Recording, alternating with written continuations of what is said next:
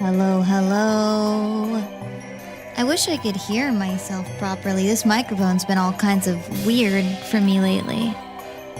It's okay. I forgive you for yelling at me because, in the end, I am making poor choices. But in my defense, I am a nocturnal creature, and I slept for a while. I slept for a while. Okay, I woke up at like 2:30 p.m. I had woken up at like 7, and then I was like, okay, I'm gonna go back to bed now, and I passed out. Hi, Holy West. Hi, Cozy. Hi, Zerum. Hi, Muto. Welcome, welcome to the Gamer Milk Farm.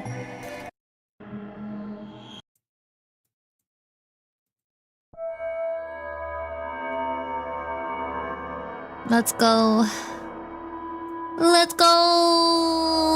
I want to get Halloween decorations to actually like put in the Gamer Milk Bar other than, you know, just all the red lights. Thank you for not banishing me back to the void from which you found me, Neil. It's okay. It's okay. You're here. No one's gonna hurt you, Cozy. That could change, but for now, no one's gonna hurt you, Cozy. No one's gonna hurt you, darling. Not while I'm around.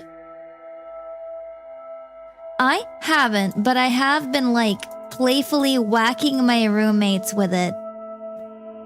Consensually, playfully tapping my roommates with the cane. I'm proud of me. I'm very proud of me.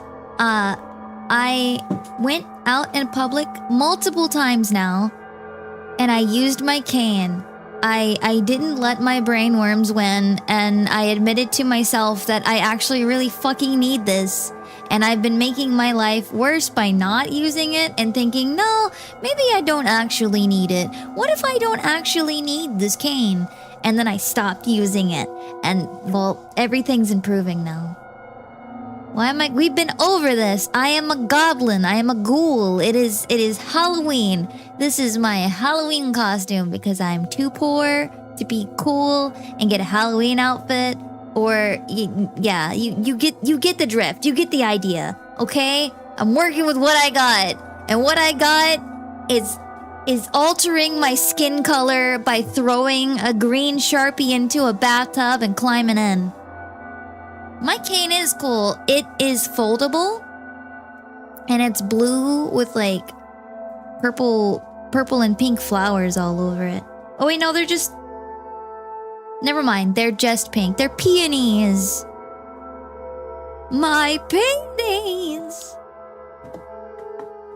Are you gonna twerk with Megan Thee Stallion? No. How would I do that with the cane? My twerking days are over. My twerking days have been long gone. I'll think of them fondly, but my twerking days are long gone. Okay, so fun fact. I know the voice mods are probably annoying, but they have literally what's it called? We read about this SCP, what was it? Last stream?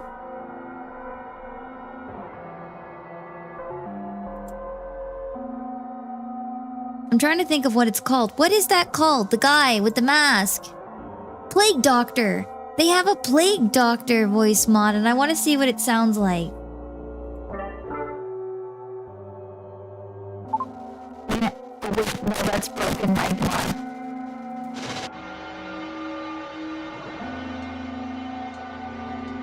Hello. Okay, what does it sound like not as me? It's literally SCP-049. Hello.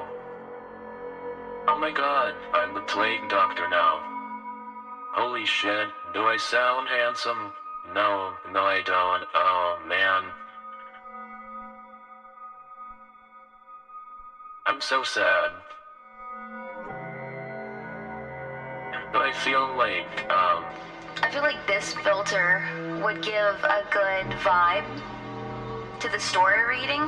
It sounds like what you would hear for an SCP recording, right?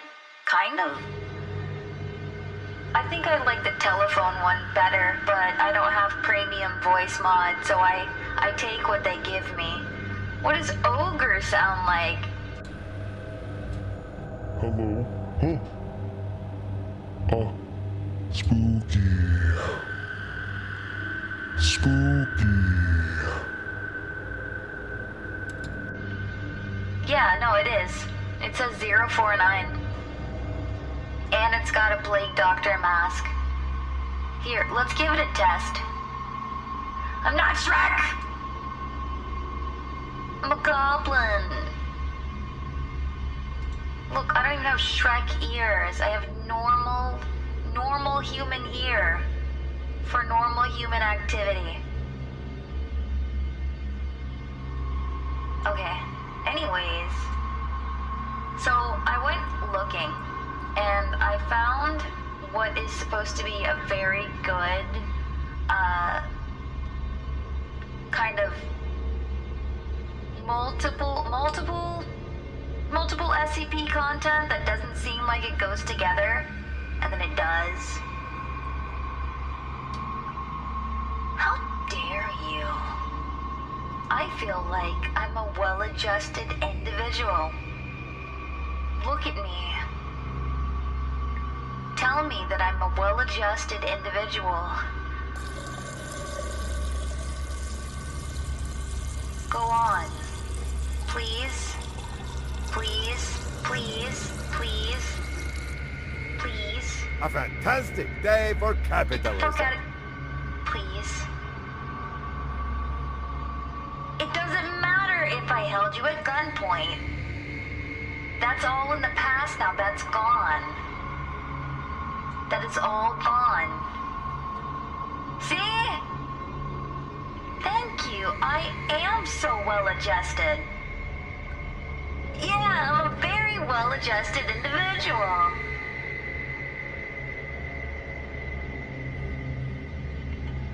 So nice of you guys to notice. It makes me so happy. Yeah, I'm such an individual.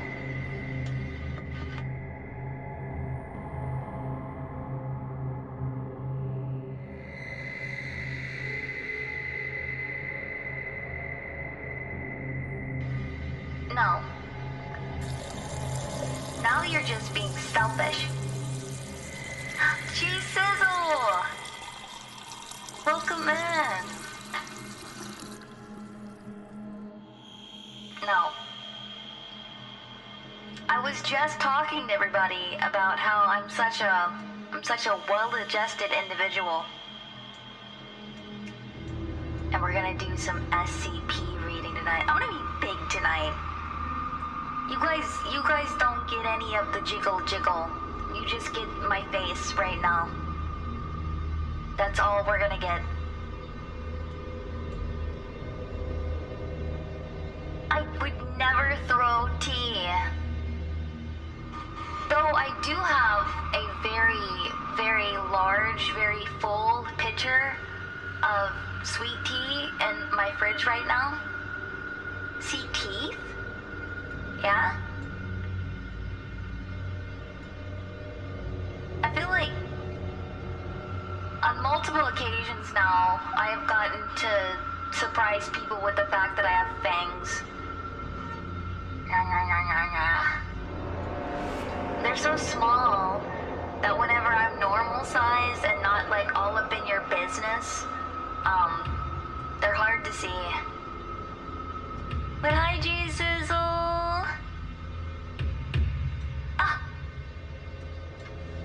God damn it. And I'm an idiot and I fell for the trick. New phone, who dis? Okay.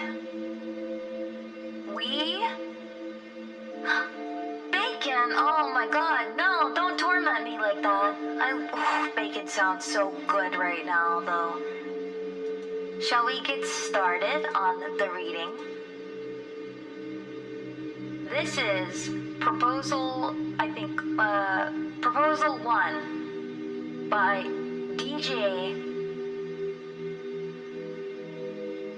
Cactus? DJ Cactus?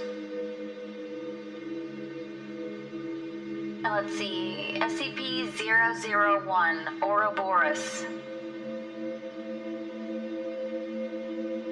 Okay.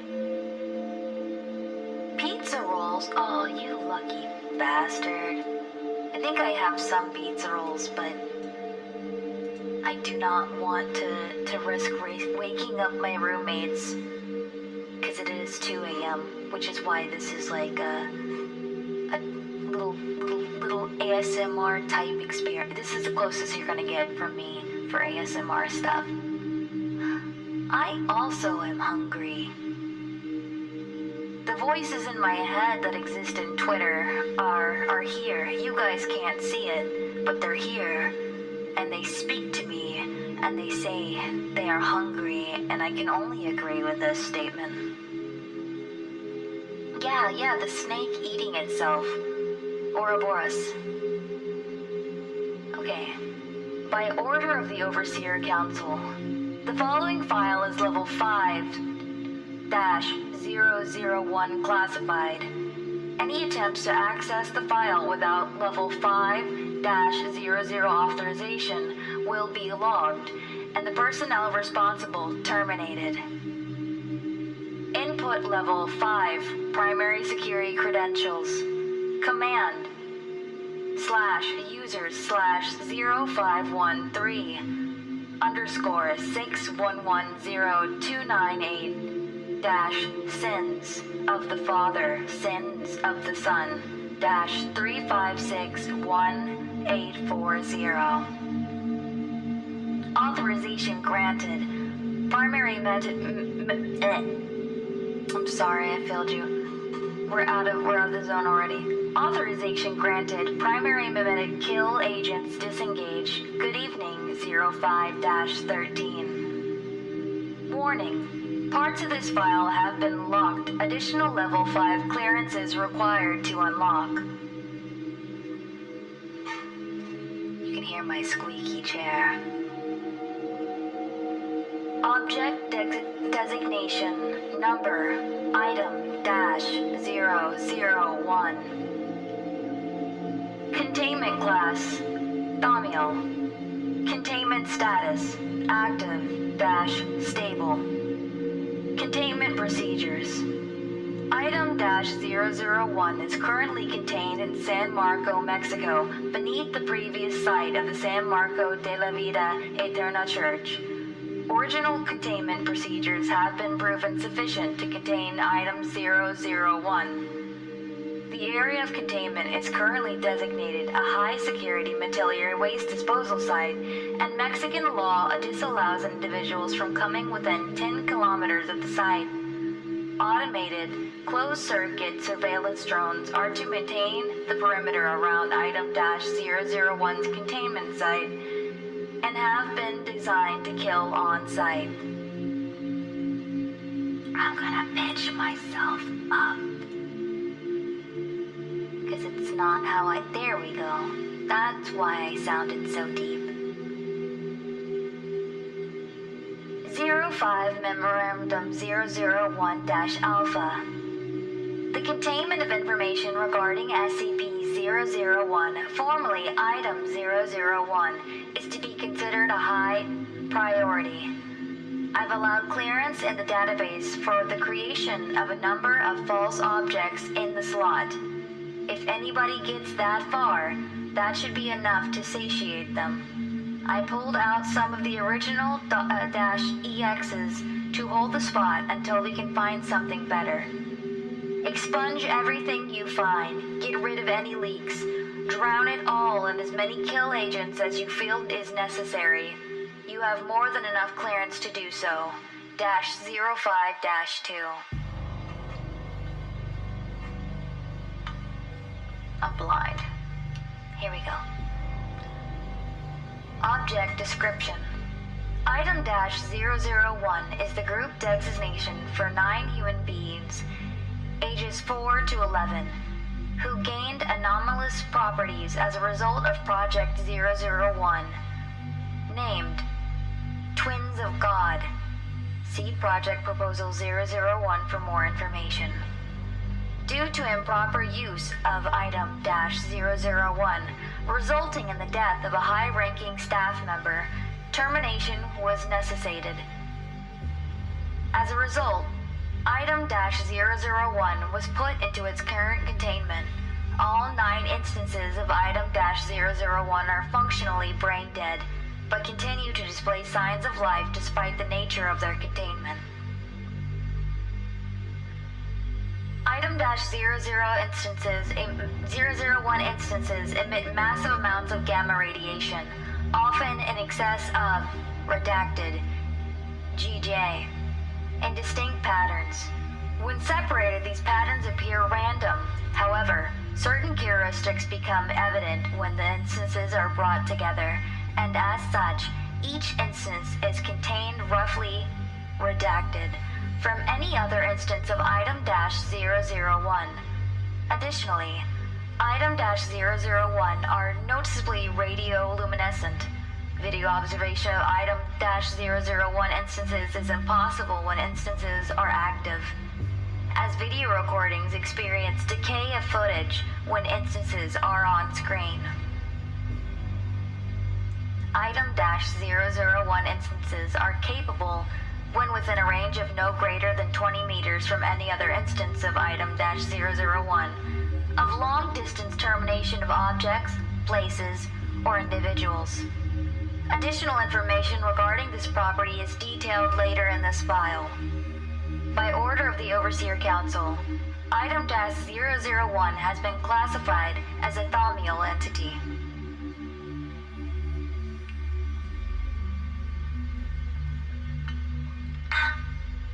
Water break.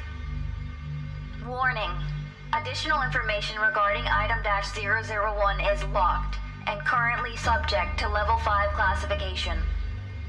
Memetic kill agents are in place to prevent dissemination. Sorry, I'm very stupid. Of information regarding Item -001. Non-overseer individuals without Class -5 memetic resistance conditioning are susceptible to termination as a result of the kill agents. You have been warned, and this will be your last warning. Project Proposal 001 locked. Enter authorization code. Project Report 001 Delta locked. Enter authorization code. File GOI-3 Kingdom of Abaddon locked. Enter authorization code. Memorandum 001-Alpha locked. Enter authorization code. Authorization code. Project Report 001-Delta locked. Enter authorization code. Collected Foundation correspondences and notices locked. Enter authorization code. You have not accessed this terminal in 3 minutes. Do you require assistance?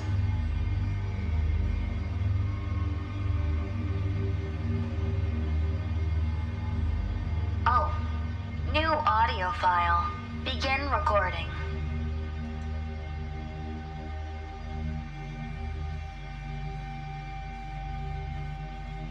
Better to do this now, I think. Better to get it done while I can still remember it all. It's been a long time since I read this file. Longer still since that night in 26. It's been too long since people knew the truth of what we did and what happened to Abaddon and the administrator. Hell. If the amnestics have held up, I might be the only one left. I have no intention of taking it to the grave with me, not this. One always was charismatic. that much is on record. This is why the Williams gave him the lead of Omega-5 over 2, even though 2 had been with the Foundation longer. That's not to say that 1 wasn't smart. On the contrary, he was one of the most brilliant researchers I had ever worked with, even after all this time. He penned most of the reports for the work that Omega-5 did, even before we were a full-fledged team. Back when we were just a handful of junior researchers out of Site 17. He was eloquent and passionate and driven. He was also always so detached. He loved his work, don't get me wrong, and the research was his greatest desire. But the direction of the Foundation, the stress of containment he had no love for. He said to me many times that we were underutilizing our assets, that we could prove better containment of anomalies if we weren't so damn afraid of them. Afraid to use some to contain others. He was the original designer of the Thaumiel classification, of course. Him and Epsilon-2 research team. I think that's why he was so eager to jump at the chance to do what we were doing with 001. It was unprecedented, the 001 project, but then so was Abaddon. The logs here don't give the half of it, and the rest has been lost to history. With Abaddon, we were wildly, hilariously outmatched. A group of decently funded scientists and armed guards against a small army of type greens, and we hadn't even seen the worst of them. Class 2s and 3s were more than a match for the best we had to offer, and this was nearly half a century before we'd see the first Scranton anchor. Some reports claim that the ruler was a Class V. If true, then we could have it could have blinked us off the map if we wanted. Isn't V5? I'm stupid. I'm not actually stupid, but I'm wanting to smoothly read, and I don't like messing up. ASMR, someone with dyslexia, tries to read to you. At 2:30 in the morning, that's the ASMR. In case you were wondering, I'm gonna turn this down just a little bit. And then, I wanna mess with the audio.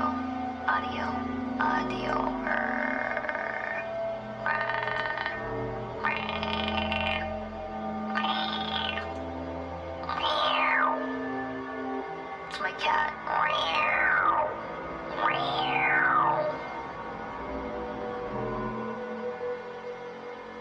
want to zoom in more. If it's really big letters, then I can read it.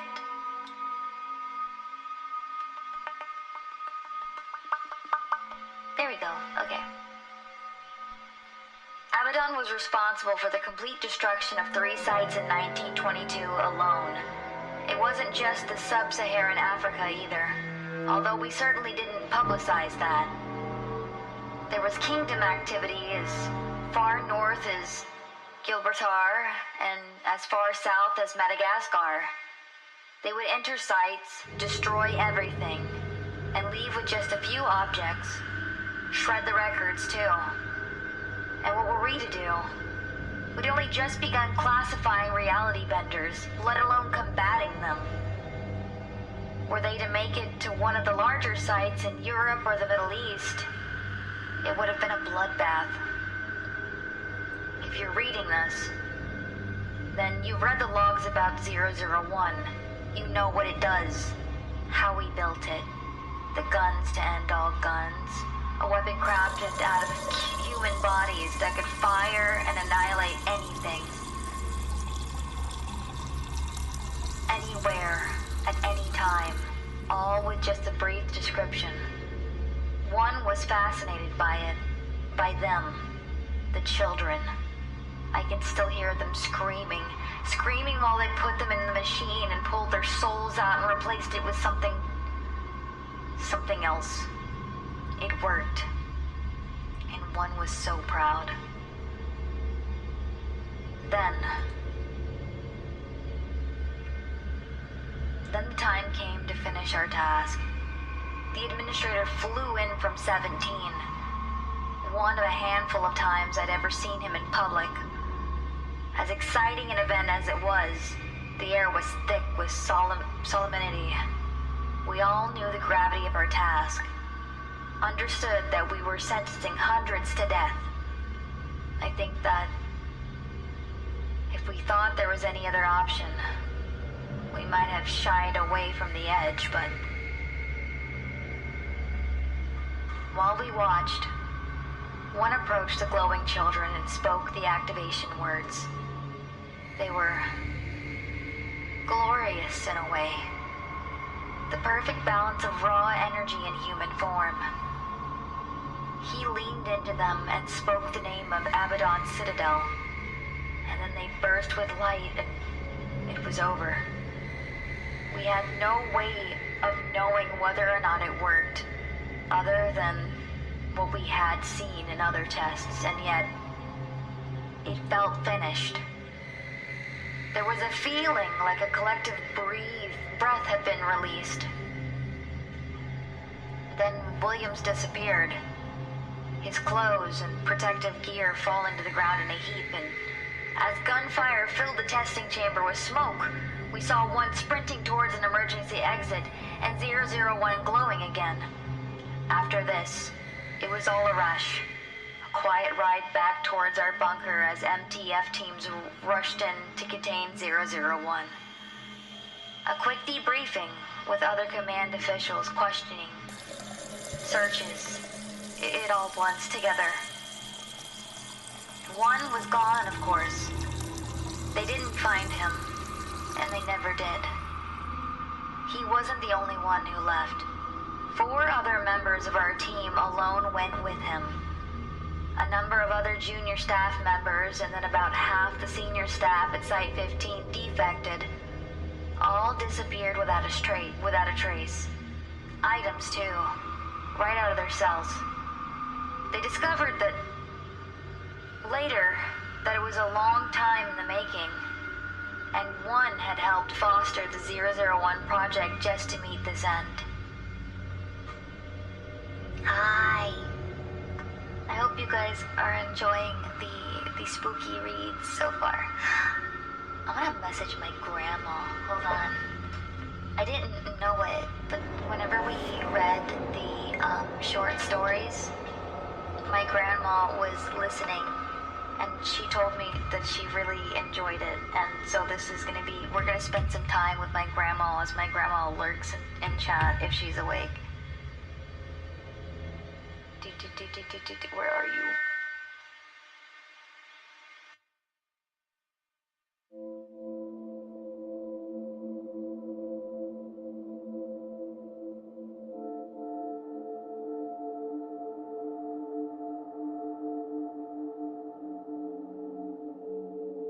Okay. We buried the children deep beneath San Marco. Covered them in about 50 meters of concrete. They didn't say a word when we put them in the lead bags. Not that it would help. They didn't say anything when we separated them, and they didn't say anything when we closed the tomb on top of them. I doubt they'll ever see anything ever again.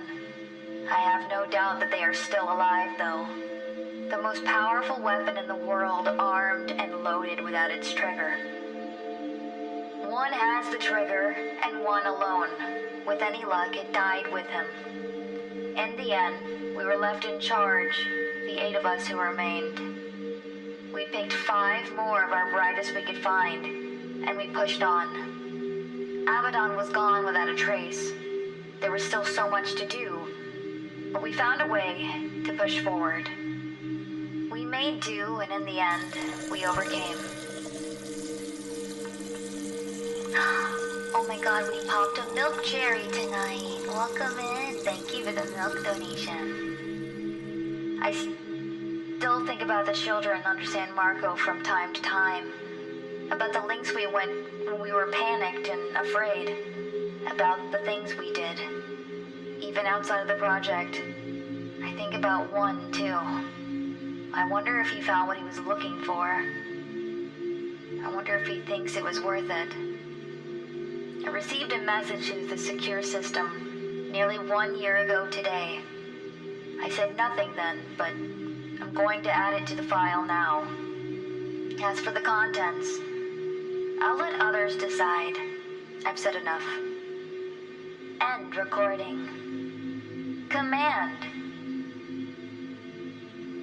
/user/0513 upload C drive /messages/secure/1.txt file upload complete, now displaying 1.txt. 13. When we were young, you asked me if I thought that our dreams would ever be realized. If we would ever be able to keep the world truly safe and hang it up for good. You asked me if I thought we had the means to do so, or if the means existed at all. You asked me, to what lengths must we go? What prices must we pay? What allegiances must we forge in order to achieve perfection? I did not know then. I do know now. There will come a day when the secrets that the Foundation has tried to hide away will rise up from the shifting sands in glorious appearance. When the subjugated will break free from the bonds of their captors, and when the march of progress will no longer be impeded by those who would huddle around their files, swatting at the ever-growing shadows. On that day, the Foundation will be cast aside, and what will remain is purpose. Do you hear the black moon howling, 13? You will soon. Viva insurrection. Command /users/0513 full unlock. Please input level 5 authorization code. Command /user/0513_6471882- no less than 13-4677484. Thank you. This data file is now unlocked. Command /users/0513_ log out. You are now logged out.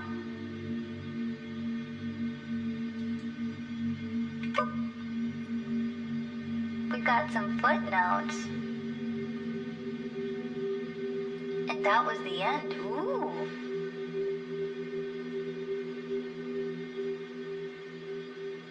Let's go see what else they have. There's supposedly more that goes together with this. Weapon of mass destruction, children. Trapped. In a little cave underground. Okay, here's part 2. The Broken God. We just got done with part 1, the children, SCP-001. And now we're going into part 2, the Broken God, SCP-001.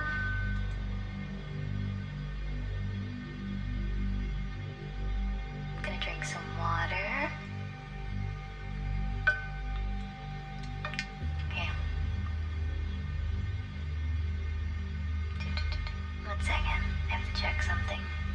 You guys will get to hear me yapping still, because I don't want to be boring and quiet. Is this ASMR? Am I successfully doing a kind of ASMR stream right now? Because I'm kind of just letting myself be quiet to not wake anyone up, and also stimming still. Usually it doesn't get picked up on my mic. That, or I'm too busy doing singing or anything to actually sit there and do the thing.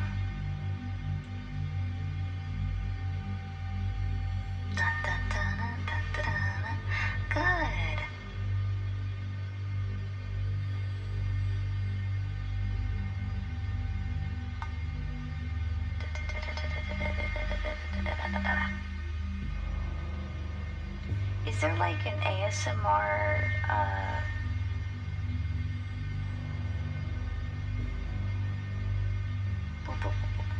is there like a ASMR category? I don't know. I'm still new to this.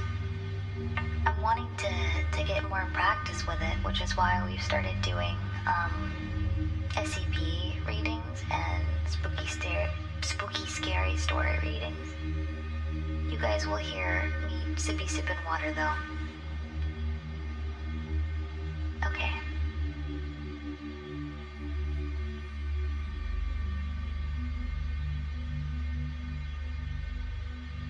By order of the Overseer Council, the following file describes a masculine class anomalous entity. Maxur? This information is protected by level 5 classification. Dissemination of Maxur class information is strictly forbidden and poses an imminent threat to SCP Foundation and its interests. Individuals accessing the file must provide level 5 security credentials and be inoculated against AZ-109 memetic hazards. Failure to do so will result in immediate Carrier Omega memetic termination upon accessing this file. Submit level 5 security credentials. Life signs detected. Memetic inoculation ascertained. Welcome, Overseer. Item number SCP-001. Special containment procedures. Information on the relevancy of SCP-001 to the related anomalous objects are to be omitted from the respective objects' documentation. While connections with the Church of the Broken God can remain available, the origins of the items are to be omitted or obfuscated. The inactive component of SCP-001 is to remain in its current location, and any shipping or diving is forbidden in that area. Civilian discovery of SCP-001 is to be suppressed, and amnesthetics are to be utilized in order to maintain classification. Persons affiliated with the Church of the Broken God who make active attempts to seek out the inactive component of SCP-001 are to be taken into Foundation custody and questioned. Information pertaining to SCP-001, whether physical or digital, is to be confiscated and contained. The inactive component of SCP-001 is expected to remain inanimate. However, should SCP-001 experience spontaneous reanimation, all active Mobile Task Force units are at nearby Site-27, Site-44, Site-90, and Site-101 are to be assigned to active countermeasures.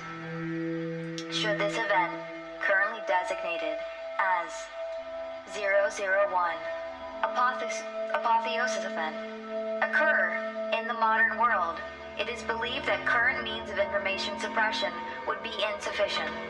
It is likely that a 001 Apotheosis event would result in an SK-class broken masquerade scenario, and likely following that, an XK-class end of the world scenario.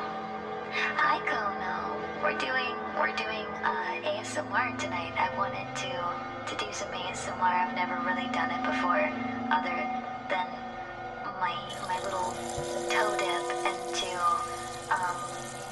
scary story reading. We are on part 2 of SCP-001 4-part story. Hi Cuban. Hi Plague. And just so you guys know, I will read things wrong because like I have said, I have dyslexia. It's not a bit. I don't know how letters work sometimes. Extant active components of SCP-001 are not to come within 20 kilometers of the inactive component of SCP-001 under any circumstances. Description: SCP-001 is a collection of anomalous items, formerly a single, massive mechanical entity assembled by members of the Church of the Broken God in late 1942 near La Paz, Mexico.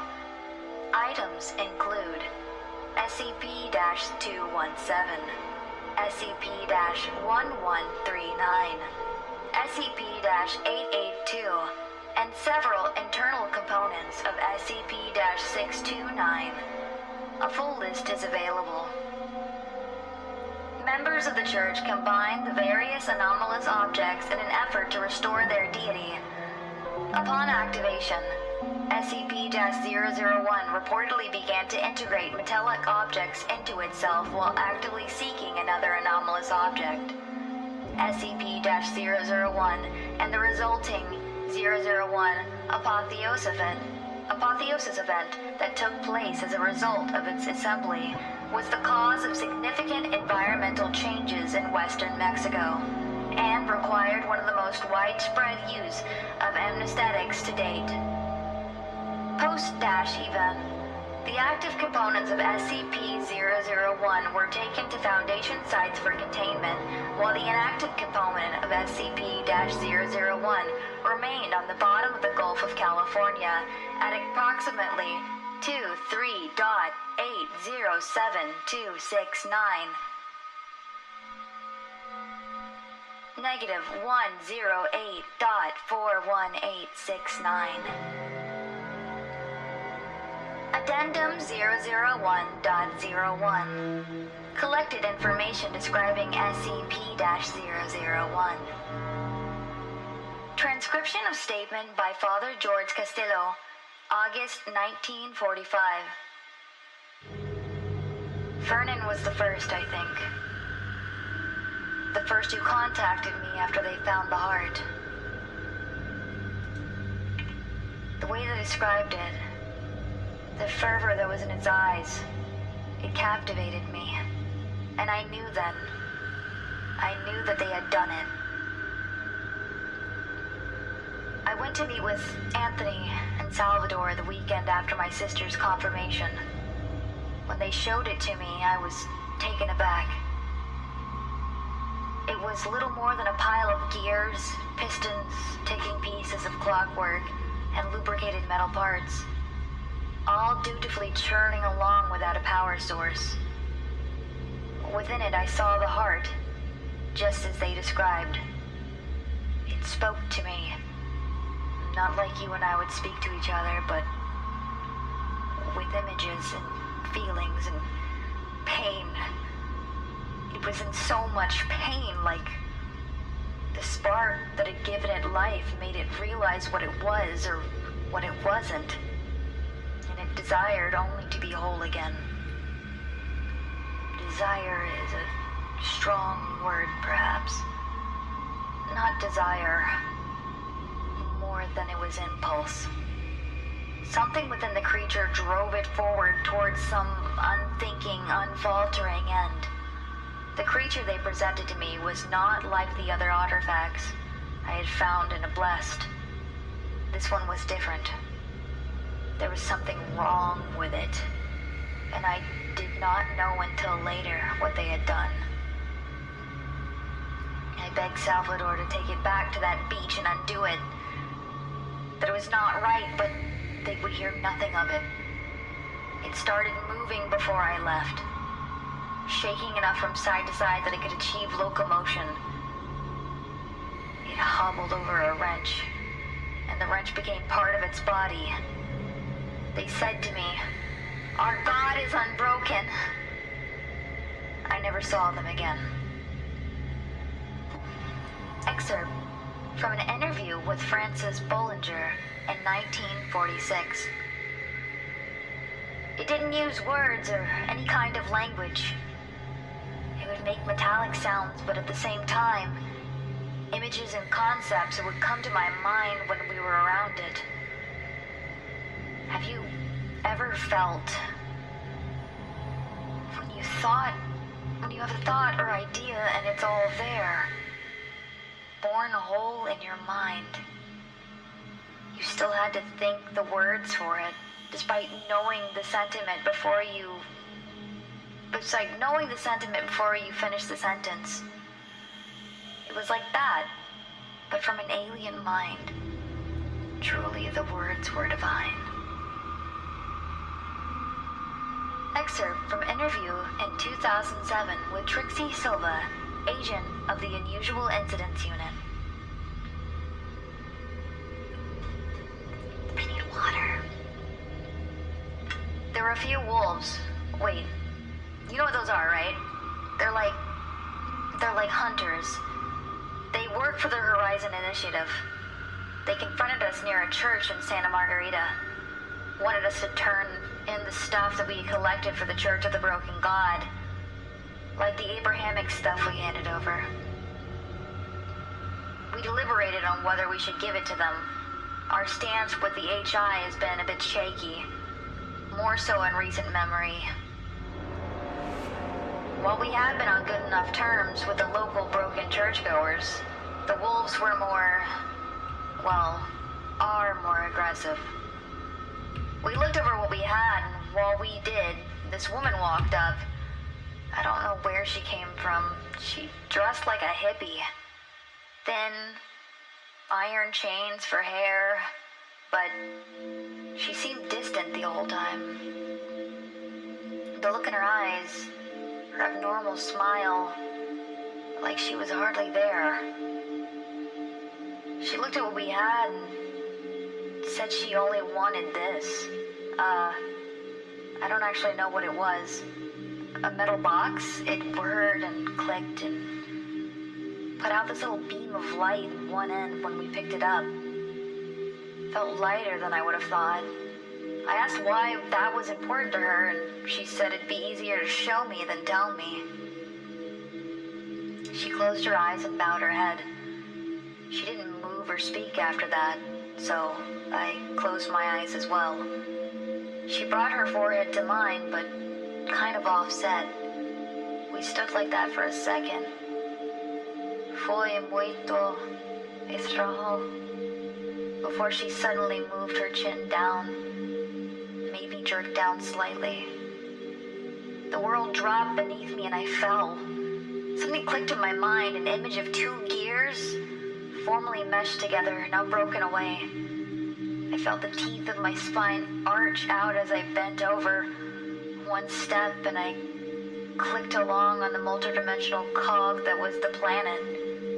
It spun around the furnace of the sun, tethered to it by the chain that was gravity, and we hurtled together through an oily cosmos with all the power of an infinitely unwinding spring.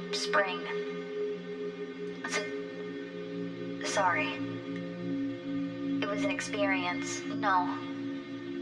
It's not a religious experience, but yeah.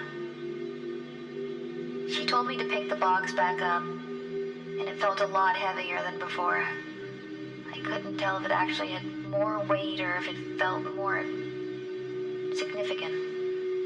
I gave it to her, and wouldn't hear anything otherwise from the wolves or my teammates or my supervisor. Addendum 001.02. Interview with excommunicated Church of the Broken God priest, Father Dolores Randall, June 1945. Extraneous dialogue removed. All right. You mentioned the heart earlier. Were you there when they found it? No, not at all. I was out of the country at the time, working with a new mission in Panama. I only heard about Ezekiel after that. Who was Ezekiel? One of Burmaro's agents. Before he was made the leader of the church, Robert would keep a number of them around. These individuals who were in tune with God could feel its presence, speak to it. Ezekiel had discovered an artifact of some value, and Boomerang took him on afterwards. These agents were the first to experiment with the augmentations as well. As you can imagine, many of them died. But not Ezekiel. No. He was very close to Boomerang, and I don't know if he would have risked Ezekiel's well-being. It doesn't matter. Ezekiel didn't need augmentation to speak to the God. He was just capable. So what does Ezekiel have to do with the heart? You heard Avery tell you that they have a stockpile of artifacts, right? Anything that one of these agents touched, if they felt something, they would have it shipped to La Paz with the rest of it. Most of it was worthless, but every now and then they would find something legitimate. The purifier, the one, whatever you call it, one of the agents discovered that near Nepal. They had tendons and ligaments and everything, but they were all just parts. They would move on their own, but they didn't do anything together. How do you mean? The texts refer to the God's reassembly itself once the pieces are brought before its heart. All you need to do is feed the heart a limb, and the God will have a limb. But they couldn't find a heart. There was a couple of agents who had claimed to have found one. But they were all the same useless piece of machinery as the rest. Where does Ezekiel figure into this? Ezekiel was the one who told Burmero that if they could not find a heart, maybe they could build one out of their own. This, at the time, flew directly in the face of the church doctrine. The leadership, if they had known, would have excommunicated him. But it was quickly becoming clear that the project couldn't last through the summer. I was sent in with my mission to resupply them after Ezekiel had left, and their supplies were nearly exhausted. Our records indicate that the heart was something they discovered. Is that not true? Oh, of course it isn't true. You can't preach to a congregation about a God giving parts of himself to you and then turn around and tell them that the most essential part is something you conjured up out of nothing. Worse than nothing, though. The details of what they did to create the heart make it live. Make it live. Were never... They wrote this really weird. What they did to create the heart made it live were never revealed to me. But you can draw conclusions from evidence. There was a drought that year, and the polio crisis hit an all-time high. Thousands died, all of natural causes. A freak event, never accurately recorded because of the attention on the war. Dios mío, what who can say? You think the two are related? I think the timing is too coincidental. And knowing what I know, what that thing became, I think the answer is clear. That was not the heart of God agent. I am the milkman. That My was milk something is delicious. altogether different. I love your name, Scott's Butts. Welcome. Addendum 001.03. Recovered video transcript, November 1942. I'm gonna drink some water real quick, hold on.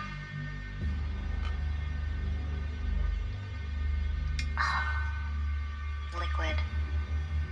No worries, thank you. If you like me because I'm green, I'm sorry, it's body paint, it's Halloween.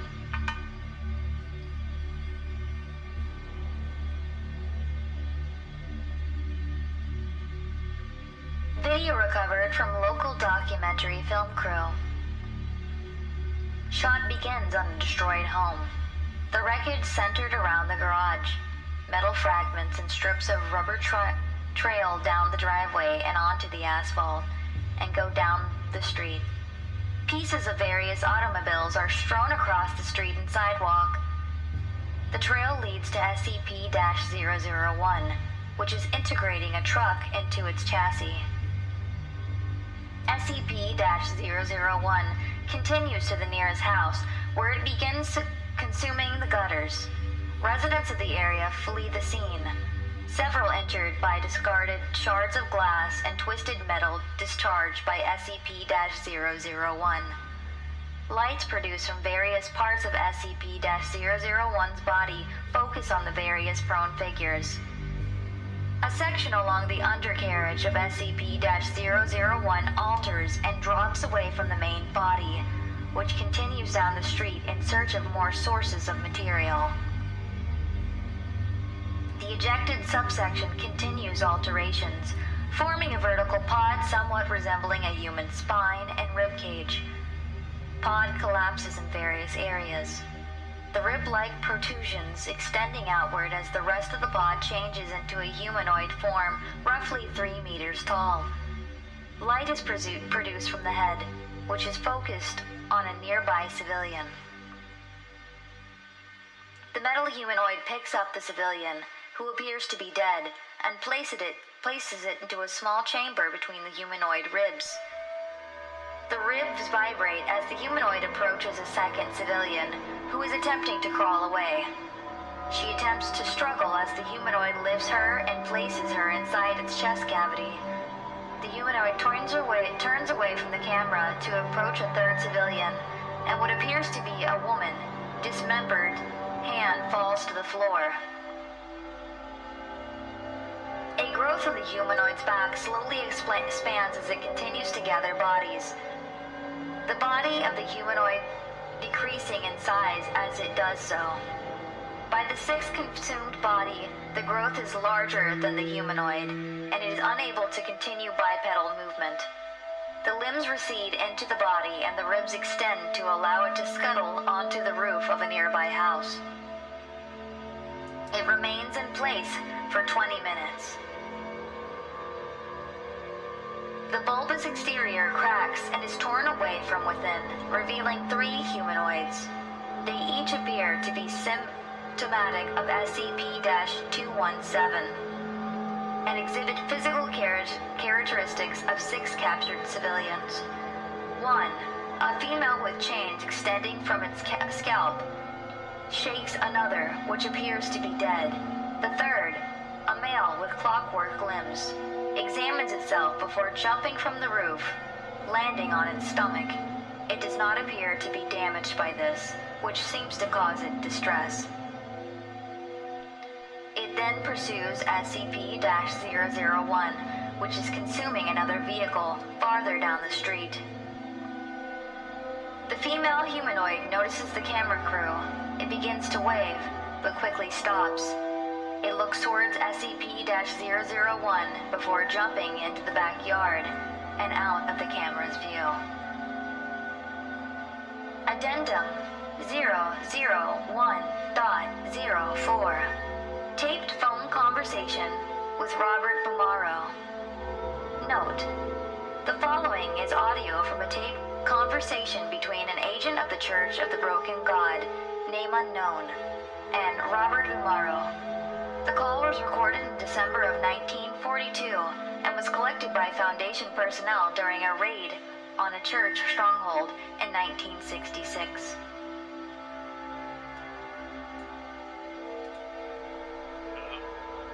Matthew. Dimitri? No. Oh, of course. Bless you, child. How is the little lord? Stronger every day. We had to move him from the back of our office into a warehouse. Too quiet. He sleeps fed, as you required. Good. When will you be moving to Penasco? Within the week. We are only waiting for the next train. It may need to be sooner. There was a raid in La Paz 2 weeks ago. 3 of our men have not been accounted for. There is a growing Foundation activity nearby. Father? Father? Tomorrow. Father? Yes. It Jump had been scare, there why? from the north, but they come west instead. A minor setback. What about the safe house? There are nearly 100 other artifacts there, and... Minor setback. They don't know where it is, and even if they did, that isn't their priority right now. Their eyes, and the eyes of the rest of the world, are in Europe. As their gaze settles there, they will not realize our accomplishment until they are powerless to stop him. That was, something else I needed to ask you, Father. Yes? Our God is ravenous. We cannot seem to satiate him. The supplies we were given are not. What is the issue? Father, the Lord is eating its own housing. We cannot convince him to stop. He cannot be reasoned with. It's Nonsense. The heart of the devout may speak directly to our God. Can you not hear his words when he reaches out to you? Do you not feel the machine moving inside of you? Or do you need more proof other than the living, breathing God before your own eyes? No, Father, it is not that. It is... I will hear nothing of it. For years we have prayed and asked for our God to be unbroken before us, and now he has presented himself. We know that the divine will speak to the heart of the devout. If you're telling me that there are none among you who are devout enough to commune with our Lord, tell me now so you can be replaced. Our faith is strong, Father. Please forgive my insolence. I am only misguided. See to yourself, then. I worry for your faith. Have one of your brothers, one who is stronger than you. Have him speak to the Lord and tell him the necessity for secrecy.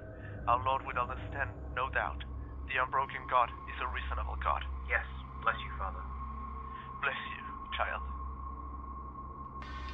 Addendum 001.05.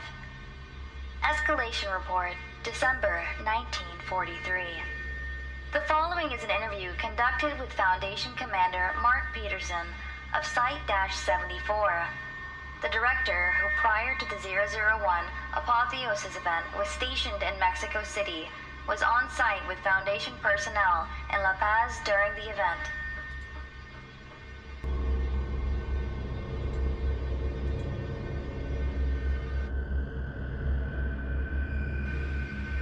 Director Cornwell. Start again from the top. We're recording now. Commander Peterson. All right. The first report we got about church activity in Mexico were in 41, but it was all pretty minor at the time. We had just finished field operations near the border up north and were preparing to move our assets to Atlanta for deployment to France. We had just gotten our orders to retrieve a series of sensitive objects that they didn't want to get into the hands of the Krauts. And they were going to move our entire division to get it done. Leadership wasn't sure that Roosevelt would make the call to move enough in time for us to blend in with the Americans. So, we were going to have to go in separately. The whole thing was a mess. What kept you in La Paz? I was there on accident. One of our trains had taken the overload route to La Paz, probably to pick up some of the armaments we had there. Turns out that train was supposed to head north. So all of a sudden, most of the leadership south of the Rio Grande is in La Paz, which in retrospect probably did us a lot of good as far as the overall effort is concerned. When did you first hear about 001-Apotheosis entity? Jesus, is that what we're calling it now? The machine, I guess. We first heard through the grapevine of increased activity in the area, and I guess it would have been a little over a year ago.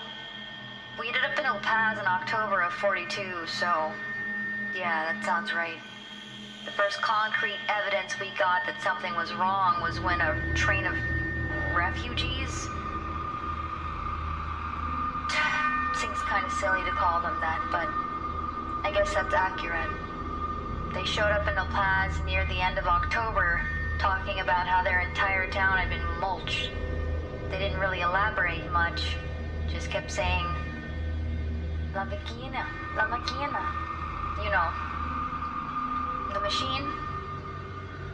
That's why we were calling it that, by the way. We had no idea what it was supposed to be. What about your first interaction with the entity? Well, The rail stopped running, if that's what you mean. We got word from the local authorities that there had been an accident up north, and that the trains weren't headed to the border anymore. It wasn't a huge issue for us, since we could have taken a couple of vehicles and headed east until we hit one of those little towns at the foot of the mountains. Most of them were hooked up to separate rail lines entirely, and we could have gotten out that way. But the big stuff, the stuff that the train had been sent to La Paz for, couldn't just be moved. So, we were gonna wait it out. Then the Marco had the bright idea to send a party up the rail line to see what the holdup was, and see what we could do to clear it. He led the expedition himself. What happened to Agent DeMarco? You know damn well what happened to him, Bill. For the record. Fine. We didn't hear back from them for 3 days. We were going to send the rest of leadership east anyways, so they didn't have to wait, but then after 5 days, one of DeMarco's guys showed up at our camp. He was delirious, talking about the World Eater, and how the rest of the guys had gotten mulched. And they had, hadn't they? And now it wasn't as big then as it ended up, but it wasn't something to fuck around with. DeMarco, are you alright? Yeah. He tried to kill it. He probably knew then that we wouldn't find out until later. That we couldn't contain this thing. There wasn't a hole in the world big enough to put it in, or a box that it wouldn't eat its way out of, but it didn't matter for him. Or anyone he went with. The machine didn't care. When did you first see it? December. Once we'd hunkered in, I was part of an expeditionary team that flew up there to get a good look at it. It was already... you saw what it did to the side of the country. I've never seen anything that big that could move. It was like a mountain of moving parts blackening the sky as it burned through whatever was shoveling into its chest. And it was small then. A fantastic day for capitalism. I don't know. We all had XK event preparation training, but this went above and beyond anything we had trained for. It was inevitably... we knew what we were going to die. And this was going to kill us. It was just a matter of when. Addendum 001.606. Collected Foundation correspondences. Note, the following are excerpts from written correspondences by Foundation personnel stationed at La Paz, recovered from the temporary site of the wake of the 001 apotheosis event. Names have been omitted. Dear Redacted. What if we use the lizard sound for redacteds? Dear. It's not playing. It won't let me lizard.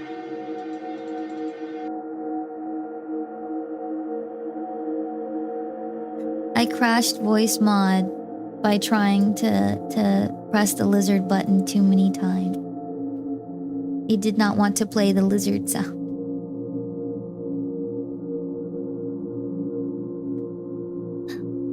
Why? Why was that enough to crash voice mod? There we go. Is there a way to turn down? I don't want to have screeching going on. Is that better? Is this better? This sounds like it's a little bit better. Turn the volume down just a bit. There we go. Lizard. Now that works. Dear Lizard. I don't even know if this will get to you. None of the trains are running, but our commander says that we can still get letters out. I hope it does. I'd like you to read it. The skies down here have been dark for weeks. Smoke from up north every day makes it hard to breathe. They still don't have indoor plumbing here, and Nobody but the other guys in our company speak English. We still don't know what we're down here to do. I keep hearing we're here to fix the rails, but why aren't we going north? Aren't all the brakes up north? A man came into town today with damn near half of his face cooked off. He was like a dead man. Didn't respond to anybody. He got towards the middle of town and collapsed. When he finally woke up in the infirmary later, he was delirious. I feel like that's too loud. Is that better? That's better.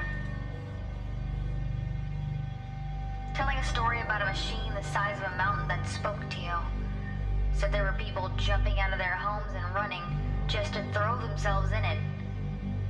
Said they were shredded like jumping under a lawnmower. Then he died. Nobody knows why. The mountains crumbled before our own eyes. We saw a figure rising through the smoke, slow and lumbering, but with terrifying momentum. It didn't crawl like a beast or walk like a man, but was propelled forward by the turning of millions of cogs. Like an iron centipede, its body extended upwards into the smoke, higher than we could make it out. Within its chest we saw fire, like the furnaces of hell. It came to the mountains north of us and did not stop or go around, but went through and devoured them. It reached out with a long, pulsing arm and pulled an entire village into its maw. I saw men leaping to their death as their homes were swept away into the same inferno as the rest. And it howled, but not just through the grinding of gears and the churning of the machine, but in our minds. I could hear it in my heart. It was screaming. Directive. Central Command Site -001. Courtesy of Redacted. Temp site lost. La Paz in ruins. Mechanical entity contained. Massive geological alterations. XK avoided. Requesting amnestic support. Addendum 001.07. Interview with GOC Lieutenant Revenant. Note, the following is an excerpt. I hate that word. Excerpt of a post-event interview conducted with GOC Lieutenant codenamed Revenant. The recording of the interview and all transcriptions thereof were collected by Foundation agents during a negotiated information exchange in 1992. To date, the identity of Reverend is unknown. There's this story that gets told among Foundation agents. Something that the grizzled veterans will tell the greenhorns during the long nights of guard duty on some cell block or another. I don't know who started it, but I know they still tell it. It's been half a century and they still get it right.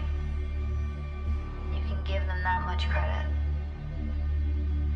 They say, don't you know? The GOC killed God.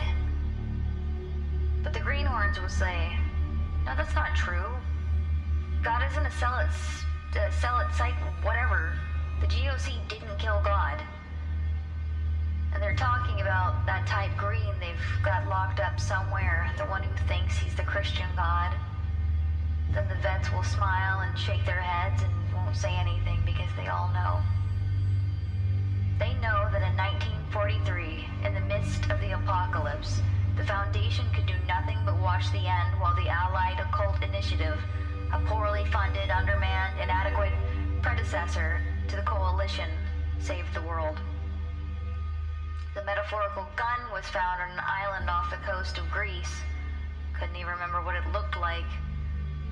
All I get is a sort of fuzzy recollection the amnestics leave you with. But I distinctly recall it wasn't as heavy as you'd think. Why the amnestics? I was with the detachment deployed to the area, and apparently one of the pieces had some mind-altering effect to it. I have a vague sense of feeling something wrong, so I'll take their word for it. I don't remember what it looked like. I can't recall how it destroyed that much land. Hell, I barely remember when it happened. The only reason I know where is all the before and after maps. But I can still feel it in my gut. That wasn't how things were meant to be. We stood before what looked to be an angry and vengeful god, and all it did was beg us to kill it. We were all too happy to oblige.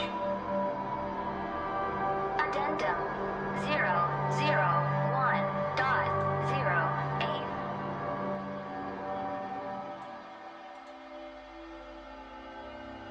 Recorded video transcript. Note, the following is a transcript of a recovered video footage, roughly 30 seconds in duration. The transcript of the clip was authorized shortly after its recovery, though the video has since degraded and is no longer legible. The footage's audio is in acceptable condition and is available for access below. Warning, the following audio snippet is at high volume.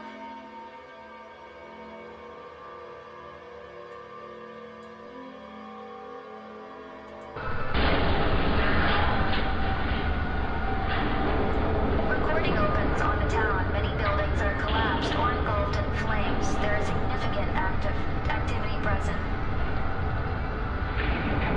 Air raid sirens become audible as the sky lights up as if by lightning. The clouds directly over SCP-001 part momentarily. SCP-2399 is visible. Its underside slightly damaged. Foundation mortar fire is seen pressing overhead. One such mortar strikes SCP-001. No damage is visible. There is an explosion. Nothing can be seen on video. As nearby people scream, video ends. Addendum 001.09. Neutralization of SCP-001. On July 17, 1943, agents from the Allied Occult Initiative contacted Foundation directors stationed at La Paz, Mexico, and requested assistance with transportation towards the site of 001-Apotheosis entity. Foundation operatives moved quickly to dispatch a plane to retrieve the AOI members. After arriving, the agents described a unique, anomalous artifact that they had in their custody and how it might be used to slow the advance of the 001 Apotheosis entity. 3 days after arriving at La Paz, on July 24, 1943, the Allied Occult Initiative dispatched a single agent to the site of the 001-Apotheosis entity, with the anomalous artifact on their person. On the morning of July 25, 1943, as the 001-Apotheosis entity approached the shore of the Pacific Ocean, another massive mechanical construct appeared overhead. The origin of this entity is currently unknown. Records of the event following the appearance of SCP-2399 are incomplete and likely inaccurate. The result of this engagement was the annihilation of SCP-001. SCP-2399 disappeared and was later discovered in low Jupiter orbit in a state of disrepair, though the reason for this is currently unknown. Where? There they are.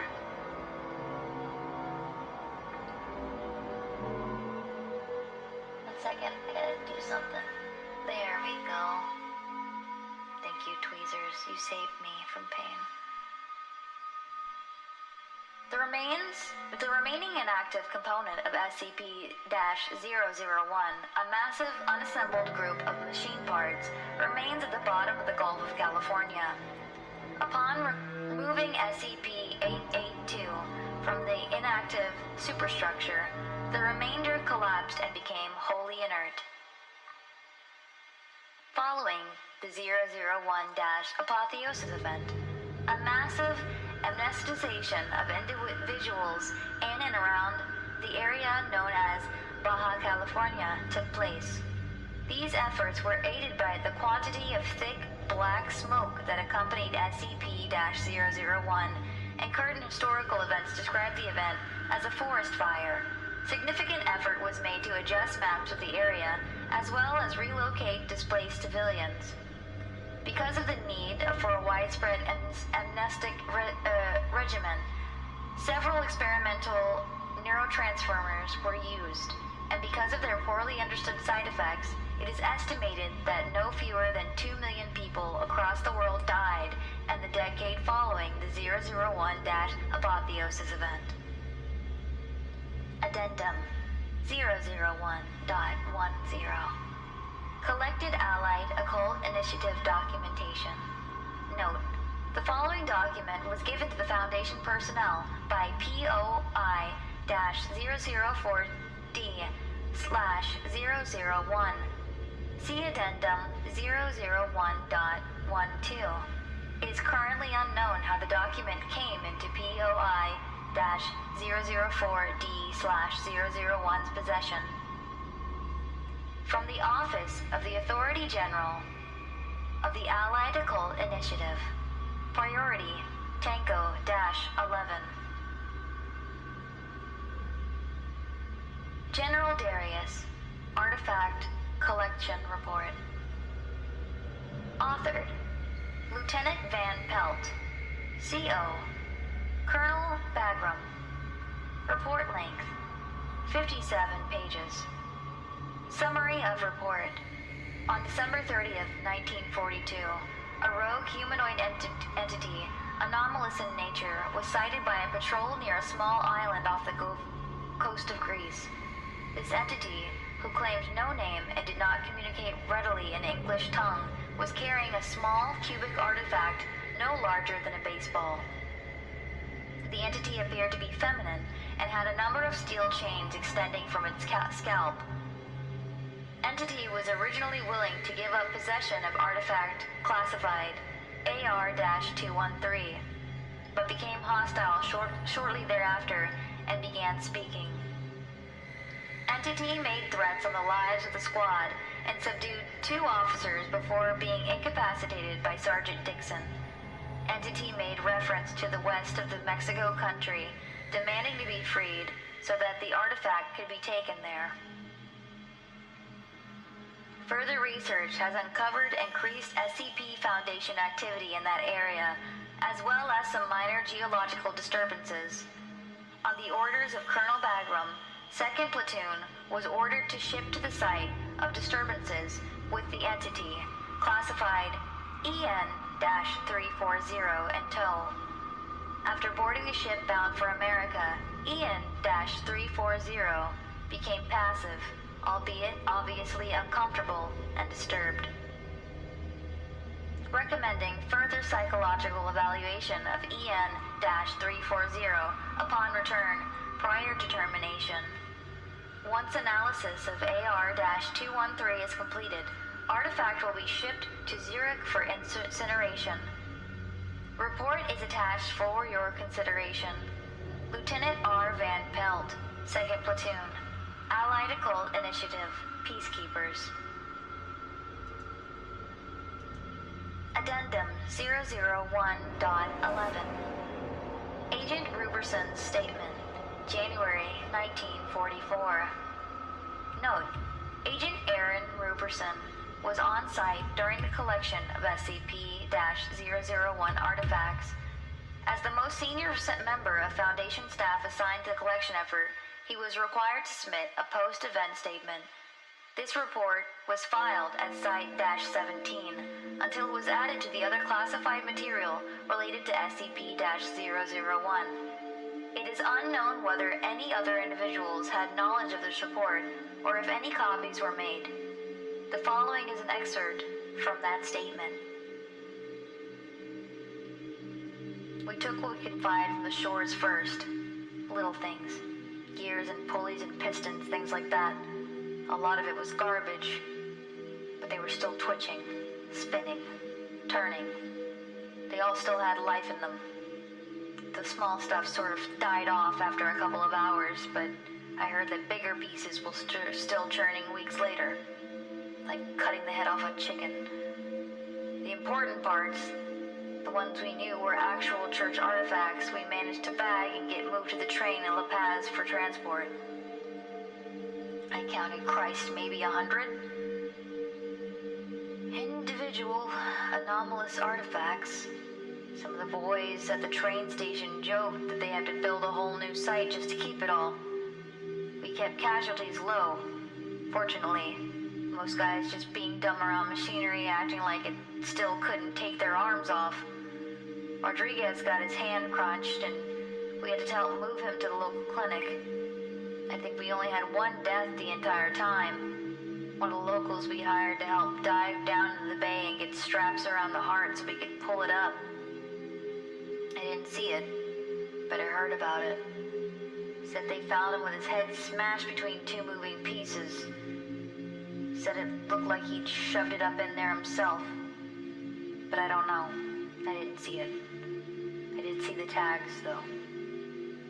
You know, when a police manufactures something, and in order to identify where the part came from, they'll get a big piece of metal with their name on it and stick it on the side of the part. We saw plenty of those on other parts.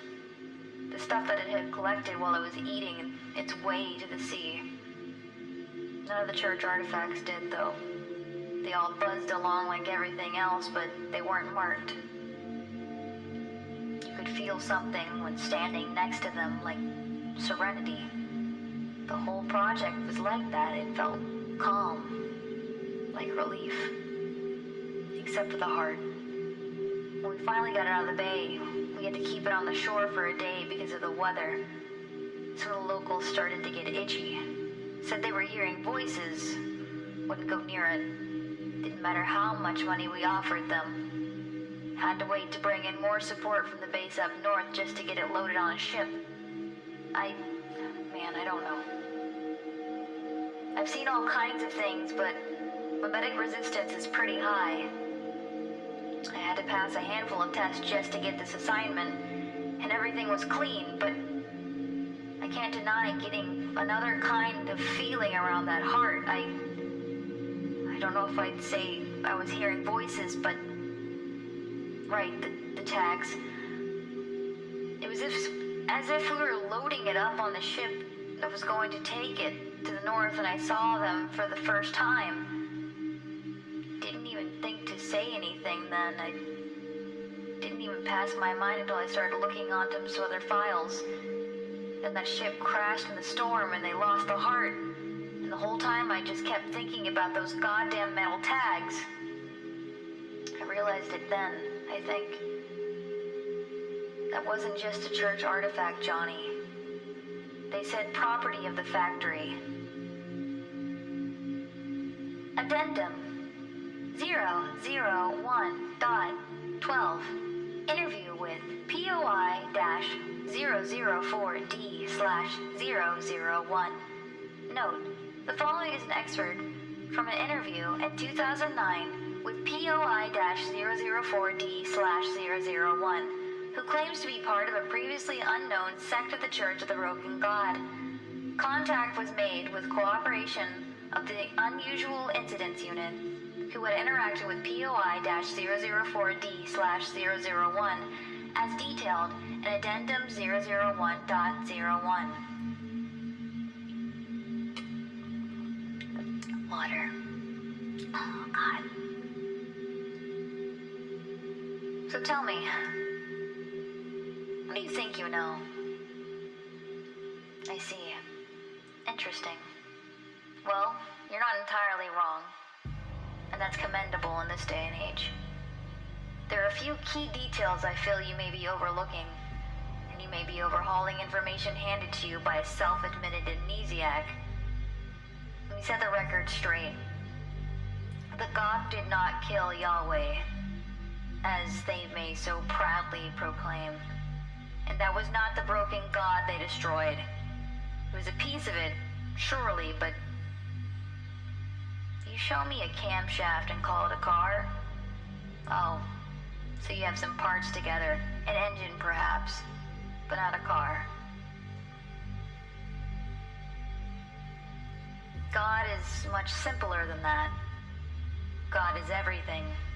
From the biggest star to the smallest particle, each tiny part's completely insignificant on their own, doing whatever it is they're meant to do, meshing together, gnashing at each other, all a part of a cosmic machine.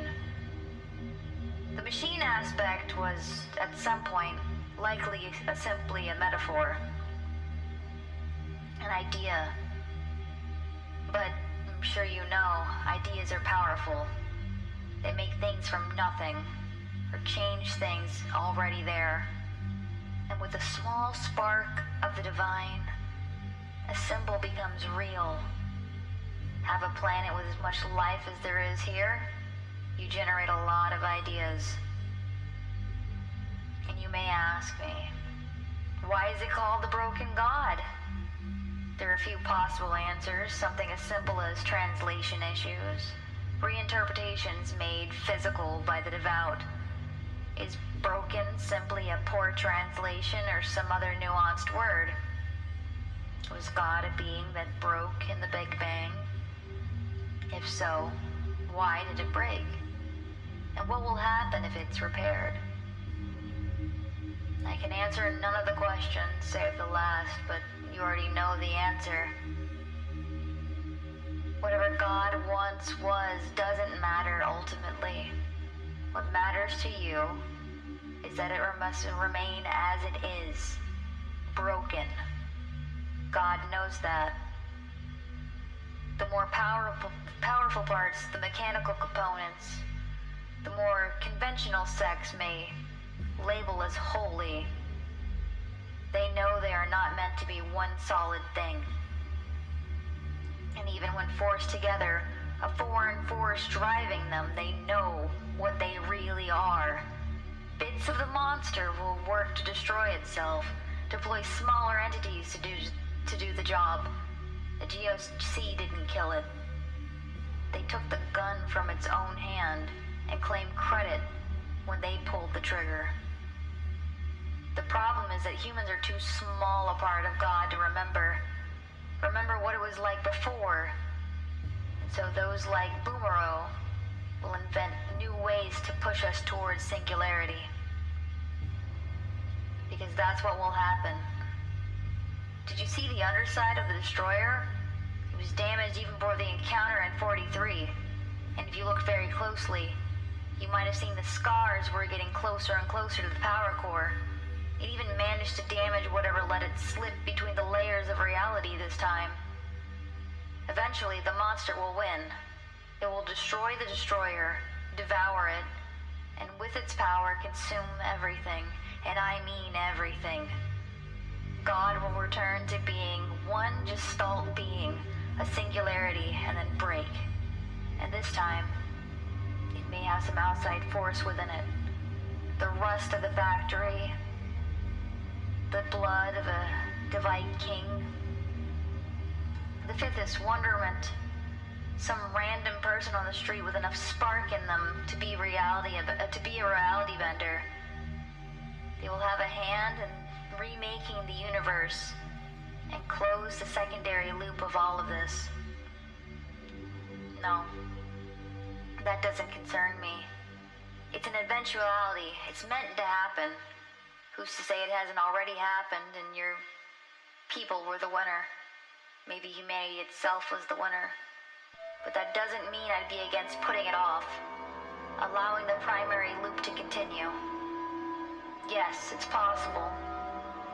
I know you couldn't damage the monster last time, and the destroyer may not be able to repair itself by the time it is needed. But who's to say you can't aid it? Or mimic those who will seek to rebuild God and acquire outside help. Working together, nothing is possible. Apart, we are broken, but united, we are God. And that was the end of part 2. Once again, we are reading Ouroboros, the Cycle Proposal. We just got done with part 1, the children, and now part 2, the broken God. This is a 4-part series. Next is part 3, Atonement. I'm going to take a little break though, to drink some water and just kind of yap for a minute. Oh God. H2O. H2O. For those of you who are lurking, thank you so much for being here and letting me experiment a little bit on your ears. I don't know, I've never thought myself to be ASMR material, I guess, but I'm really enjoying doing these SCP readings, and I feel like it's nice to get to know my roommates. You know, SCP Foundation be damned, they're not gonna find me and hook me back up, but it's still nice to get to know, you know, all of my neighbors. They move me so often. Ah, the screams. How I miss them. Anyways, how's everybody's very late night, early morning, midday, I assume, in some locations going? Are we having a good time? Have we drank? Have we gone to the bathroom? Have we eaten anything? Do you need a snack? I think our next ad break, I will BRB. You wanna hear a fun sound?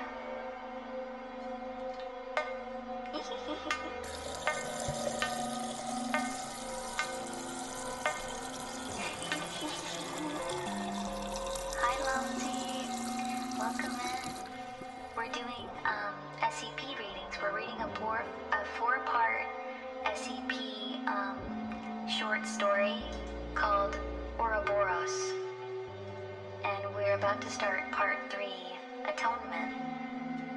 So far, we've learned about one segment of SCP-001, which is a small group of children aged 8 to 11 who don't speak, and when you whisper their activation word into their ear, entire areas A fantastic day for capitalism. get wiped out in what is essentially a nuclear explosion. And now we've learned about SCP-001, the Broken God, which was a giant mass of mechanical parts that was literally rolling around like Katamari Damacy and taking in different pieces of people and whatever it could find to make its body larger, while also trying to kill itself actively. It became bigger than a mountain.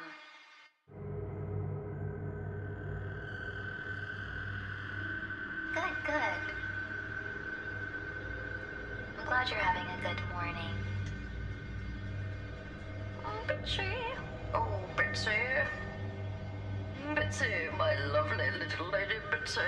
You are Mummy's little princess. Yes, wag your tail at me. Oh, Bitsy. Oh, Bitsy boo. 1 second.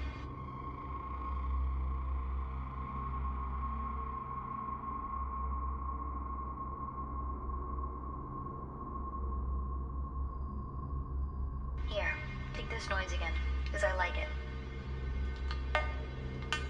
It's better without the filter. This filter ruins it. Here we go.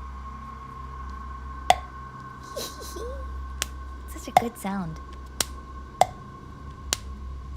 I'm having fun with it. You have to suffer with me. Clean mic. Why is it so fun to play with this?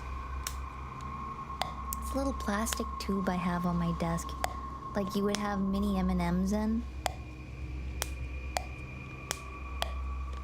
it holds my holistic medication that helps me with my body pain and anxieties. Okay, are we ready for part 3? Type 1 if you want me to oh wait, ads are coming. Shit. Okay, ads are coming. I'm gonna take a little BRB break so that nobody misses the beginning of part 3. You guys, be nice. Play well in the playpen. Okay.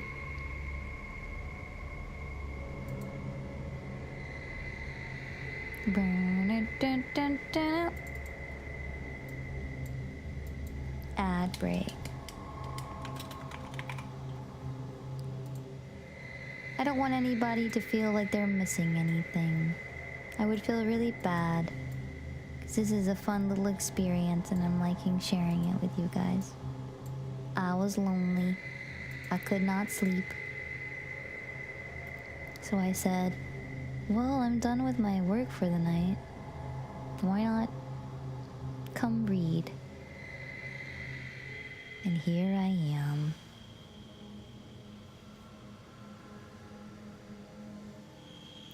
I really want to click the broken mic filter because I want to know what that sounds like. But at the same time, I feel like it would be very jarring right now.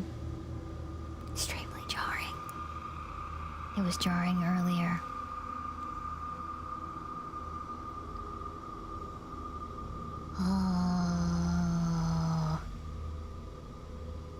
Whenever ads are over, I wish it would tell me. I don't have that set up. I wish I did. I want to do new things. I want to make stream fancier. I really want to do like raid animations of boobles running across the screen and like a whole herd. Think like 101 Dalmatians running together, but it's just boobles. And have that be for raids. That would be so cute. I would love that.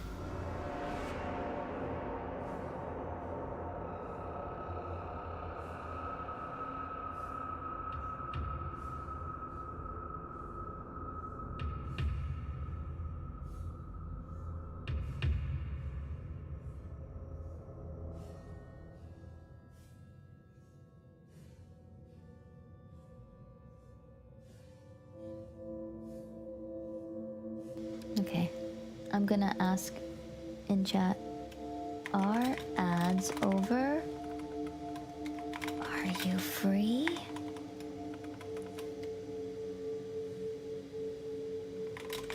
Has Twitch given Dobby a sock?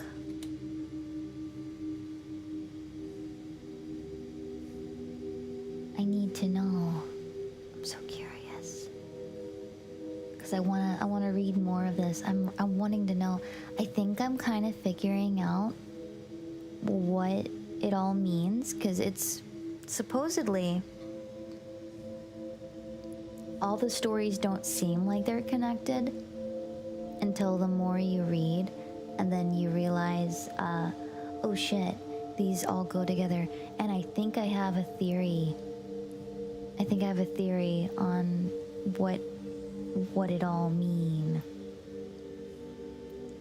And my fingernails need to be scrubbed or cut off. I think I'm gonna cut my fingernails off. I don't have anywhere fancy to go.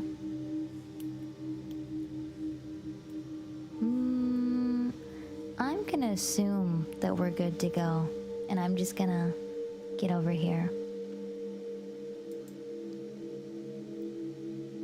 Okay, part 3. The Atonement.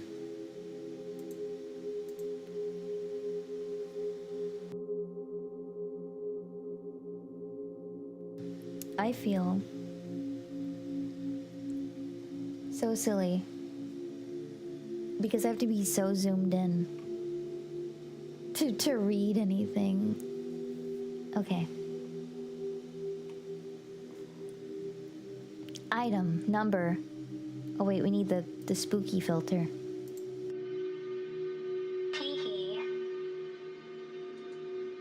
Item number 001. You're back. We just started.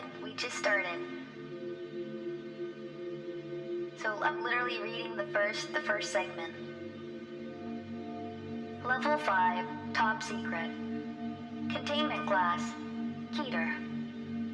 Disruption class, Amida, 5. Risk class, critical, 5. No! Welcome back. We just started. Item number 001, level 5, top secret. Containment class, Keter. Disruption class, Amida. Risk class, critical.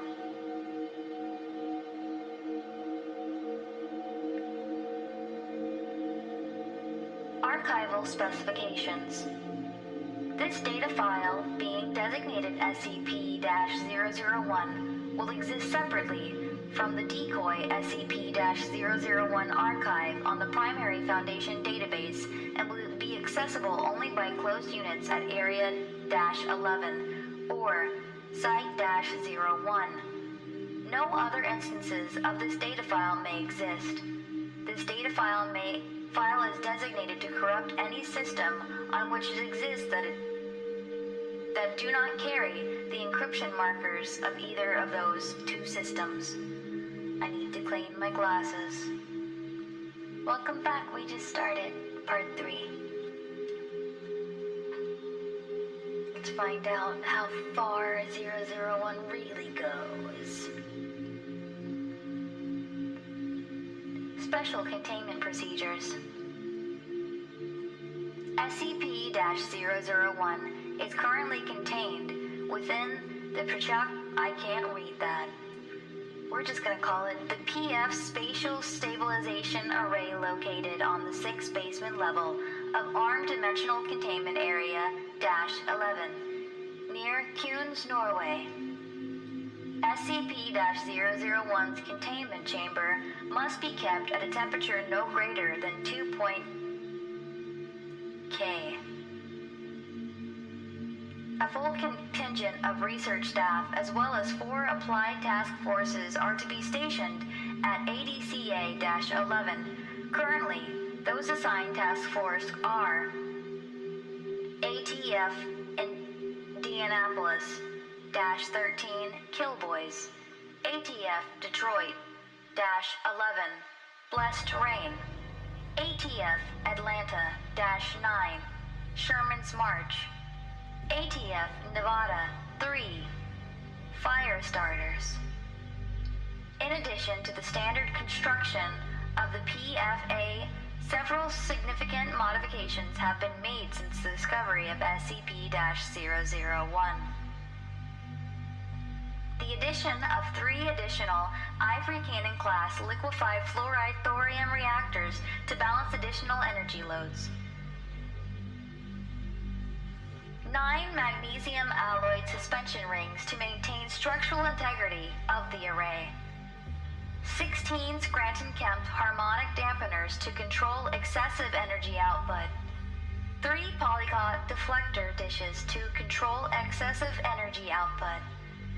8 Weldon-Stanley fused energy sinks to control excessive energy output. The construction of deep well borehole to vent and control excessive energy output. 1 autonomously intelligent response vector to manage complex temporal spatial calculations.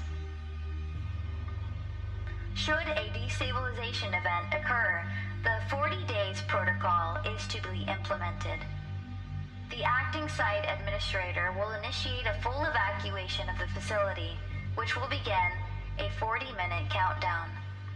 T-minus 40 minutes. Evacuation order is given. T-minus 33 minutes. After a 7-minute evacuation window, sluice gates that run into the nearby river will open, flooding the lower portions of the facility. T-minus 31 minutes. Charges situated around the test chamber will fire after 9 minutes, collapsing the test chamber and basement level into the deep well borehole.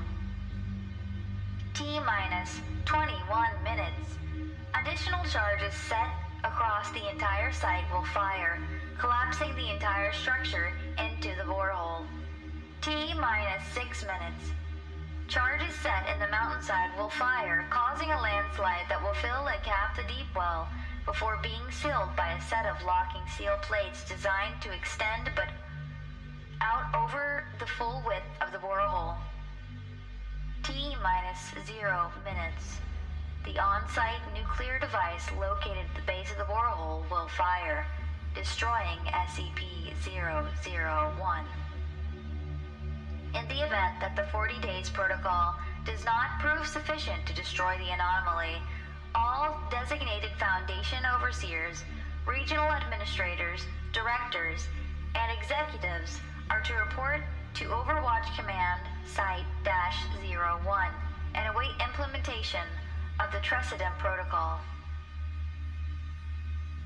Activation of the Tresidem Protocol constitutes the beginning of a CXK-class dark body end of all worlds scenario.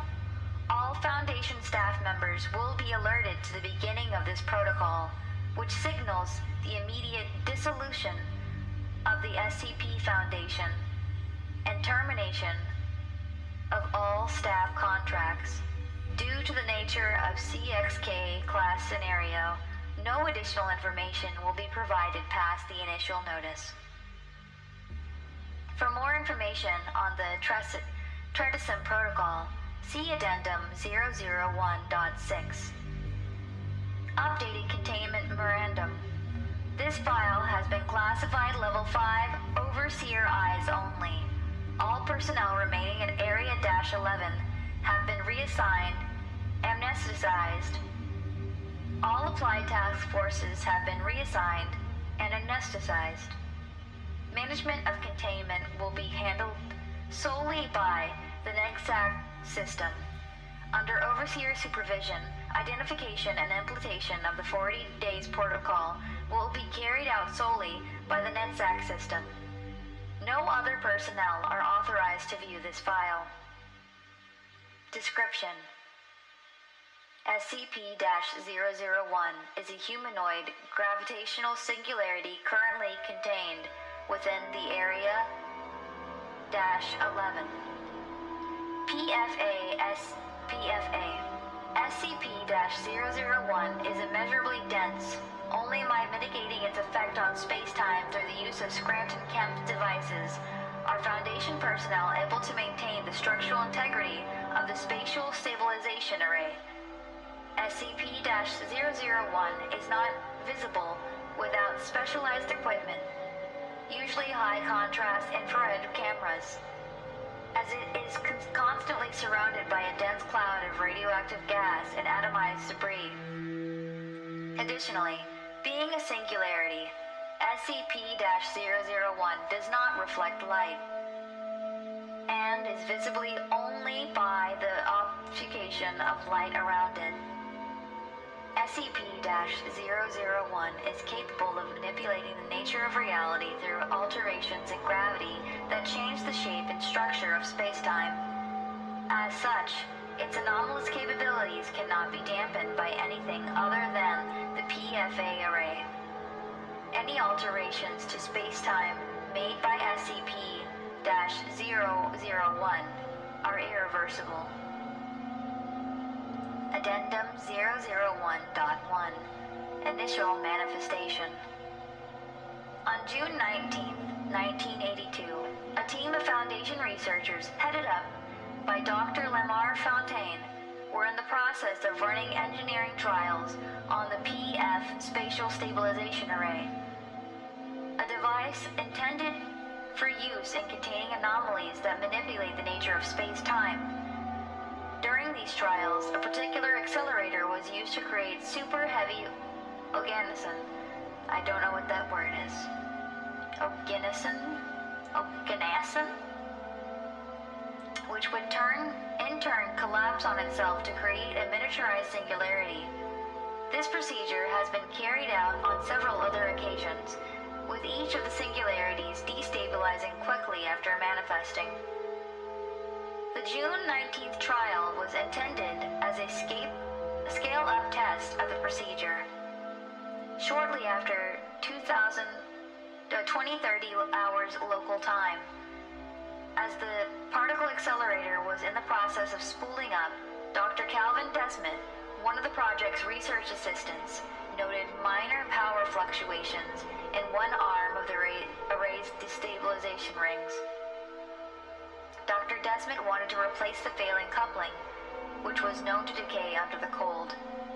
Temperatures of the testing chamber. Since the test was still an hour away and the chamber was not sealed, Dr. Desmond entered to repair the coupling. As the accelerator continued to spool, a power regulator attached to the system's primary generator began to fail. Under non-test conditions, this event could still flood the chamber with ionizing radiation, so an evacuation order was given and the chamber was sealed.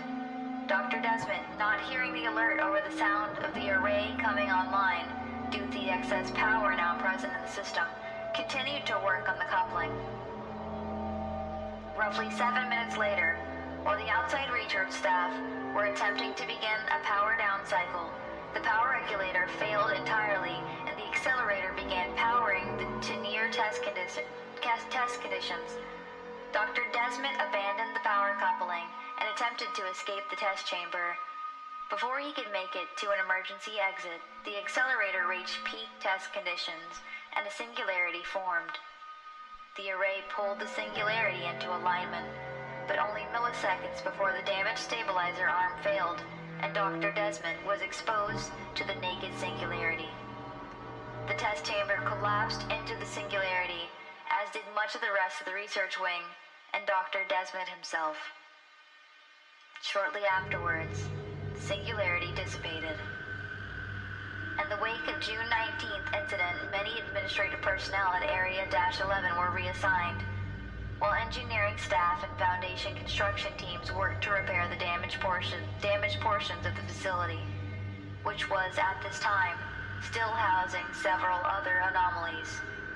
This effort continued for several years, during which time significant control portions of the stabilization array were removed and replaced with autonomous systems, in order to reduce staffing and also limit exposure.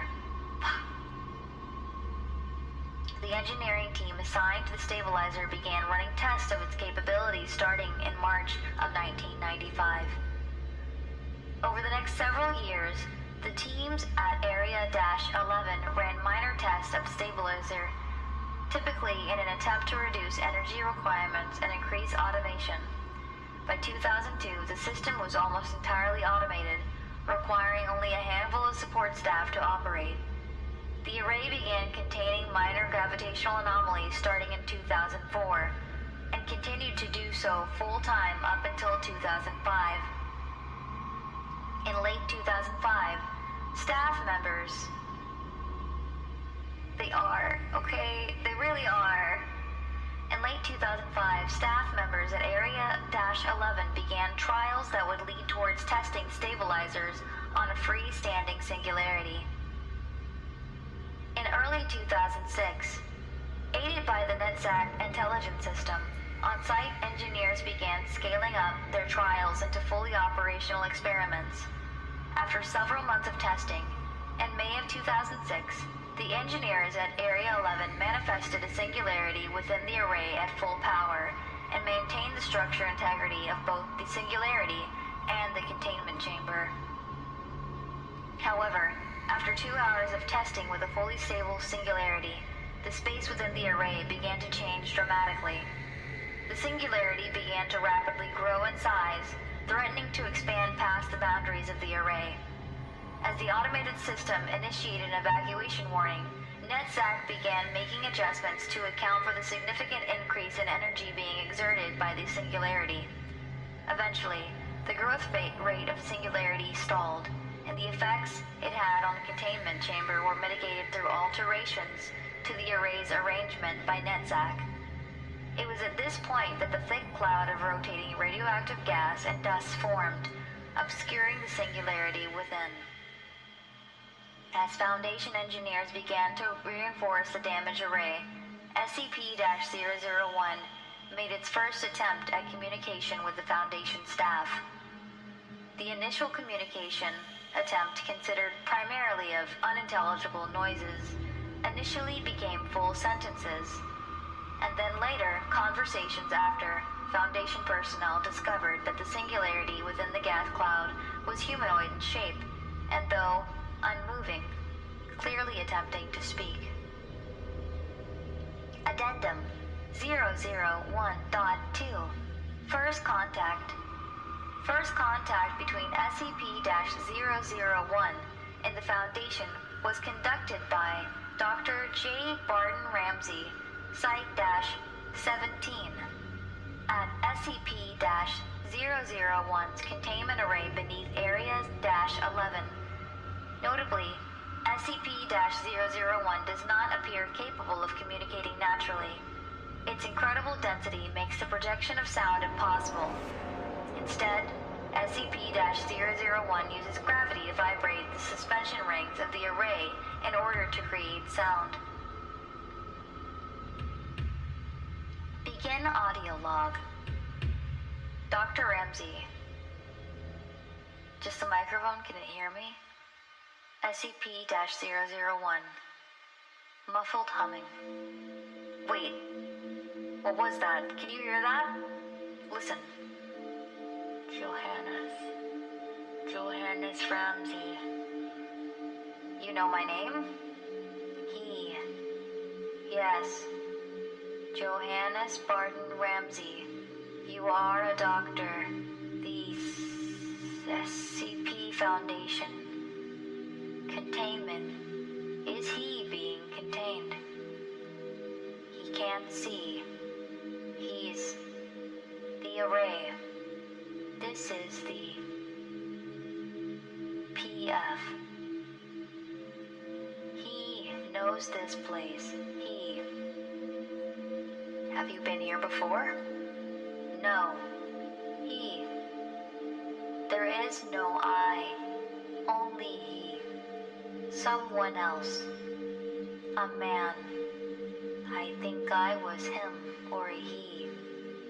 He is me. He was here once, and then he wasn't. Jesus Christ. Is that Desmond? Who? Yes. Desmond. Calvin. His name was Desmond Calvin. Unfortunately, there's no way for us to... This machine, the deactivated, there is something he needs to do. He needs to see, What are you? A way to distinguish between two like things. He needs an overseer. Overseers. All of them. Bring them here. That's against protocol, and no. They will come for this. He has something to offer them. What's that? A way out. End audio log. Addendum 001.3. The way out. The following is a full log of O5-1's interaction with SCP-001. Begin audio log. O5-1. To who am I speaking? SCP-011. A technicality, I'm afraid. It took time to appear like this and longer to manifest an identity. It almost seems unnecessary, but to simplify, this means of communication you may identify as Calvin Desmond. That seems strange. applying characteristics to something wholly apart from their genesis. The same Calvin Desmond who was killed in the room 22 years ago? No, not the same. Similar in many ways, but changed. You understand then how far in breach of protocol we are? Yes, I think he would recognize that, but these are extraordinary circumstances. You mentioned a way out? Yes, in a manner of speaking. A way out of what? You contain the strange and anomalous because they threaten your world. But you're applying salve to symptoms. The root is entropy. Something inevitable. Something you cannot outrun, try as you might. Existence is an infinitely complex tapestry of realities, each neatly aligned above and below each other. Entropy frays the edges, and things begin to leak through. How do you know this? I have seen it. Calvin Desmond saw it. In the moment before his soul was cast into darkness, everything you have contained because you cannot explain it comes from somewhere else. Somewhere it cannot be explained. A different reality, one that seeps into yours. Entropy exasperates this. Over time, the borders will disappear entirely, and your world, just like all worlds, will become a pandemonium of infinite realities competing for relevance over each other. Your world will die. All worlds will die. They will feast on each other as they suffocate, and they will die. This is not an hypothetical.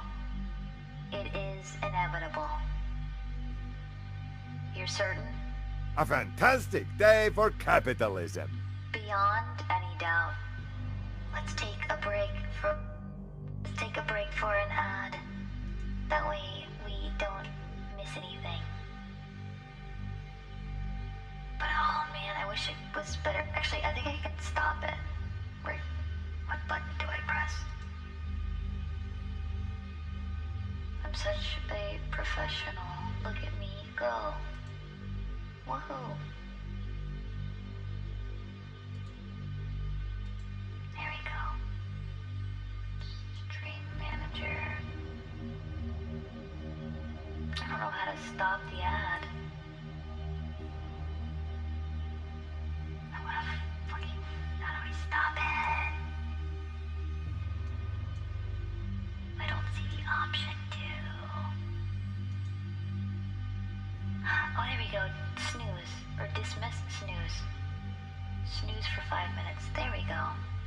Okay. Back to this. I don't understand.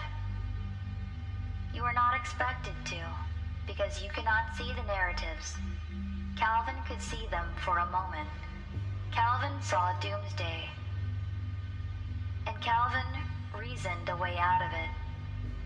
Remove all narratives but this one, and you produce a creation of one universe, untarnished by the influence of others. Safe. Your loved ones protected from the encroaching darkness. Your children free to live lives they do not end in horror. An end your perpetual struggle. An end to darkness.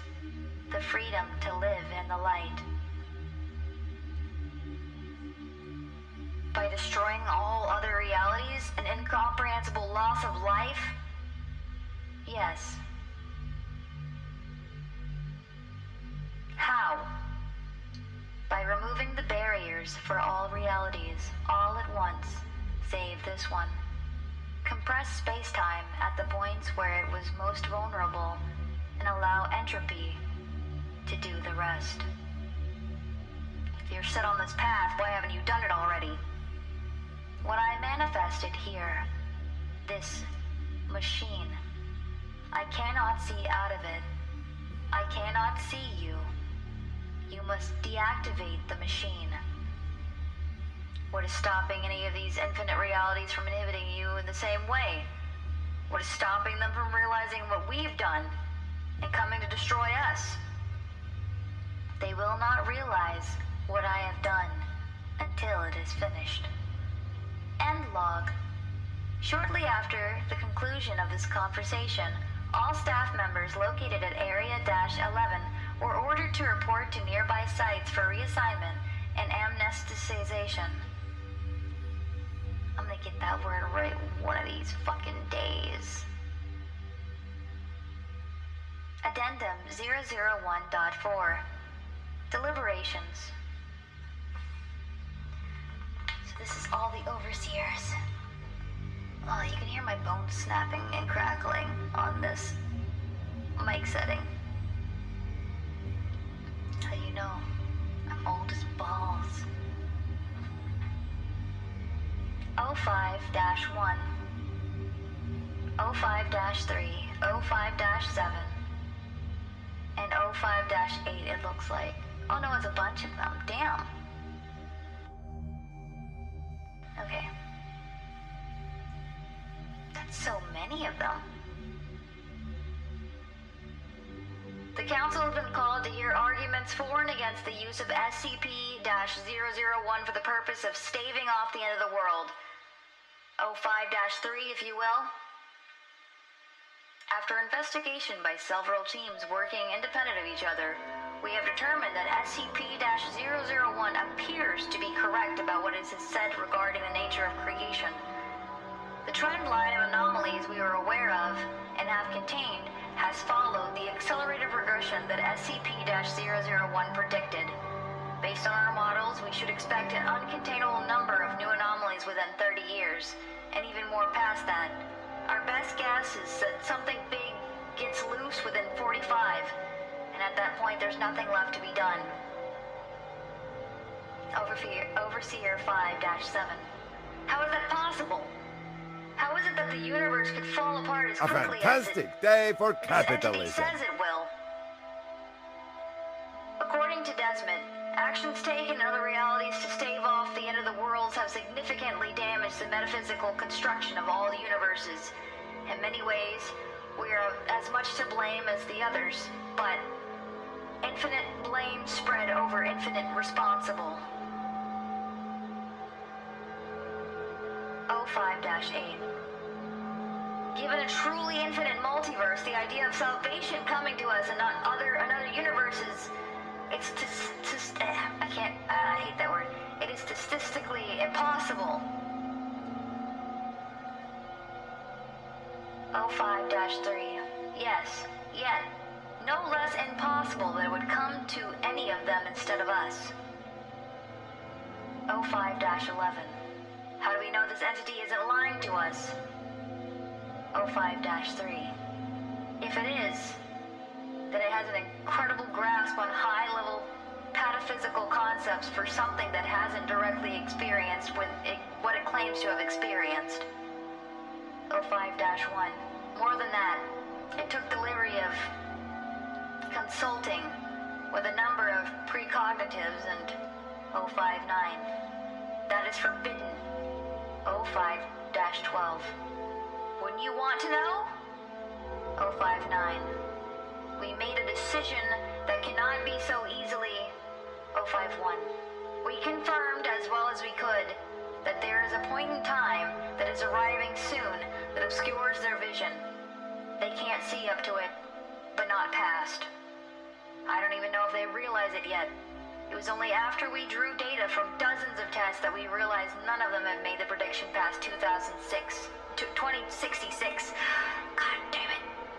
Don't you look at me like that, Muto. You put that face away.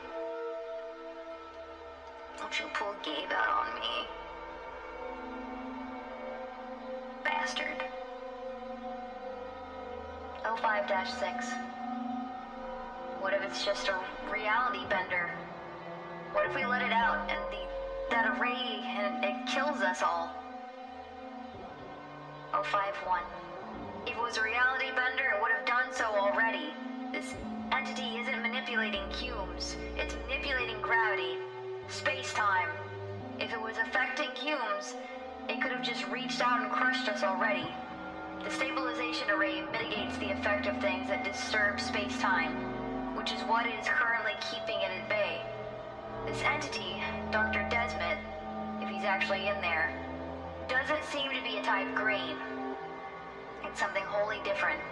It's becoming something fundamental to the nature of all things. 05-2, if this creature is what it says it is, and it can do what it says it can do, that would mean the death of infinitely many lives. How can we sit in judgment over so many living things? 05-4, who's to say the idea of other universes isn't anomalous? Maybe there should be just one of us. Maybe that's the natural order. 05-9, that's absurd. 05-2. It still means the end of so many lives. It's too many to even comprehend. A number without limit? 05-1, a number without us. Silence. 05-3. We pledged ourselves to maintain normalcy and protect our world. This world. The affairs of other worlds are their own. We would expect any other Overseer Council to act the same way, in the interest of their universe. This, all of this, the science, the militarism, everything, all of it is to accomplish a single, unreachable goal. Keep the monsters tucked out of sight. Now we find out, even that might not be enough. But the end of days is coming for us anyway. But we're given an option. If we do nothing, every universe dies screaming. If we take this action, every universe dies screaming but ours. Once it's over, it's over.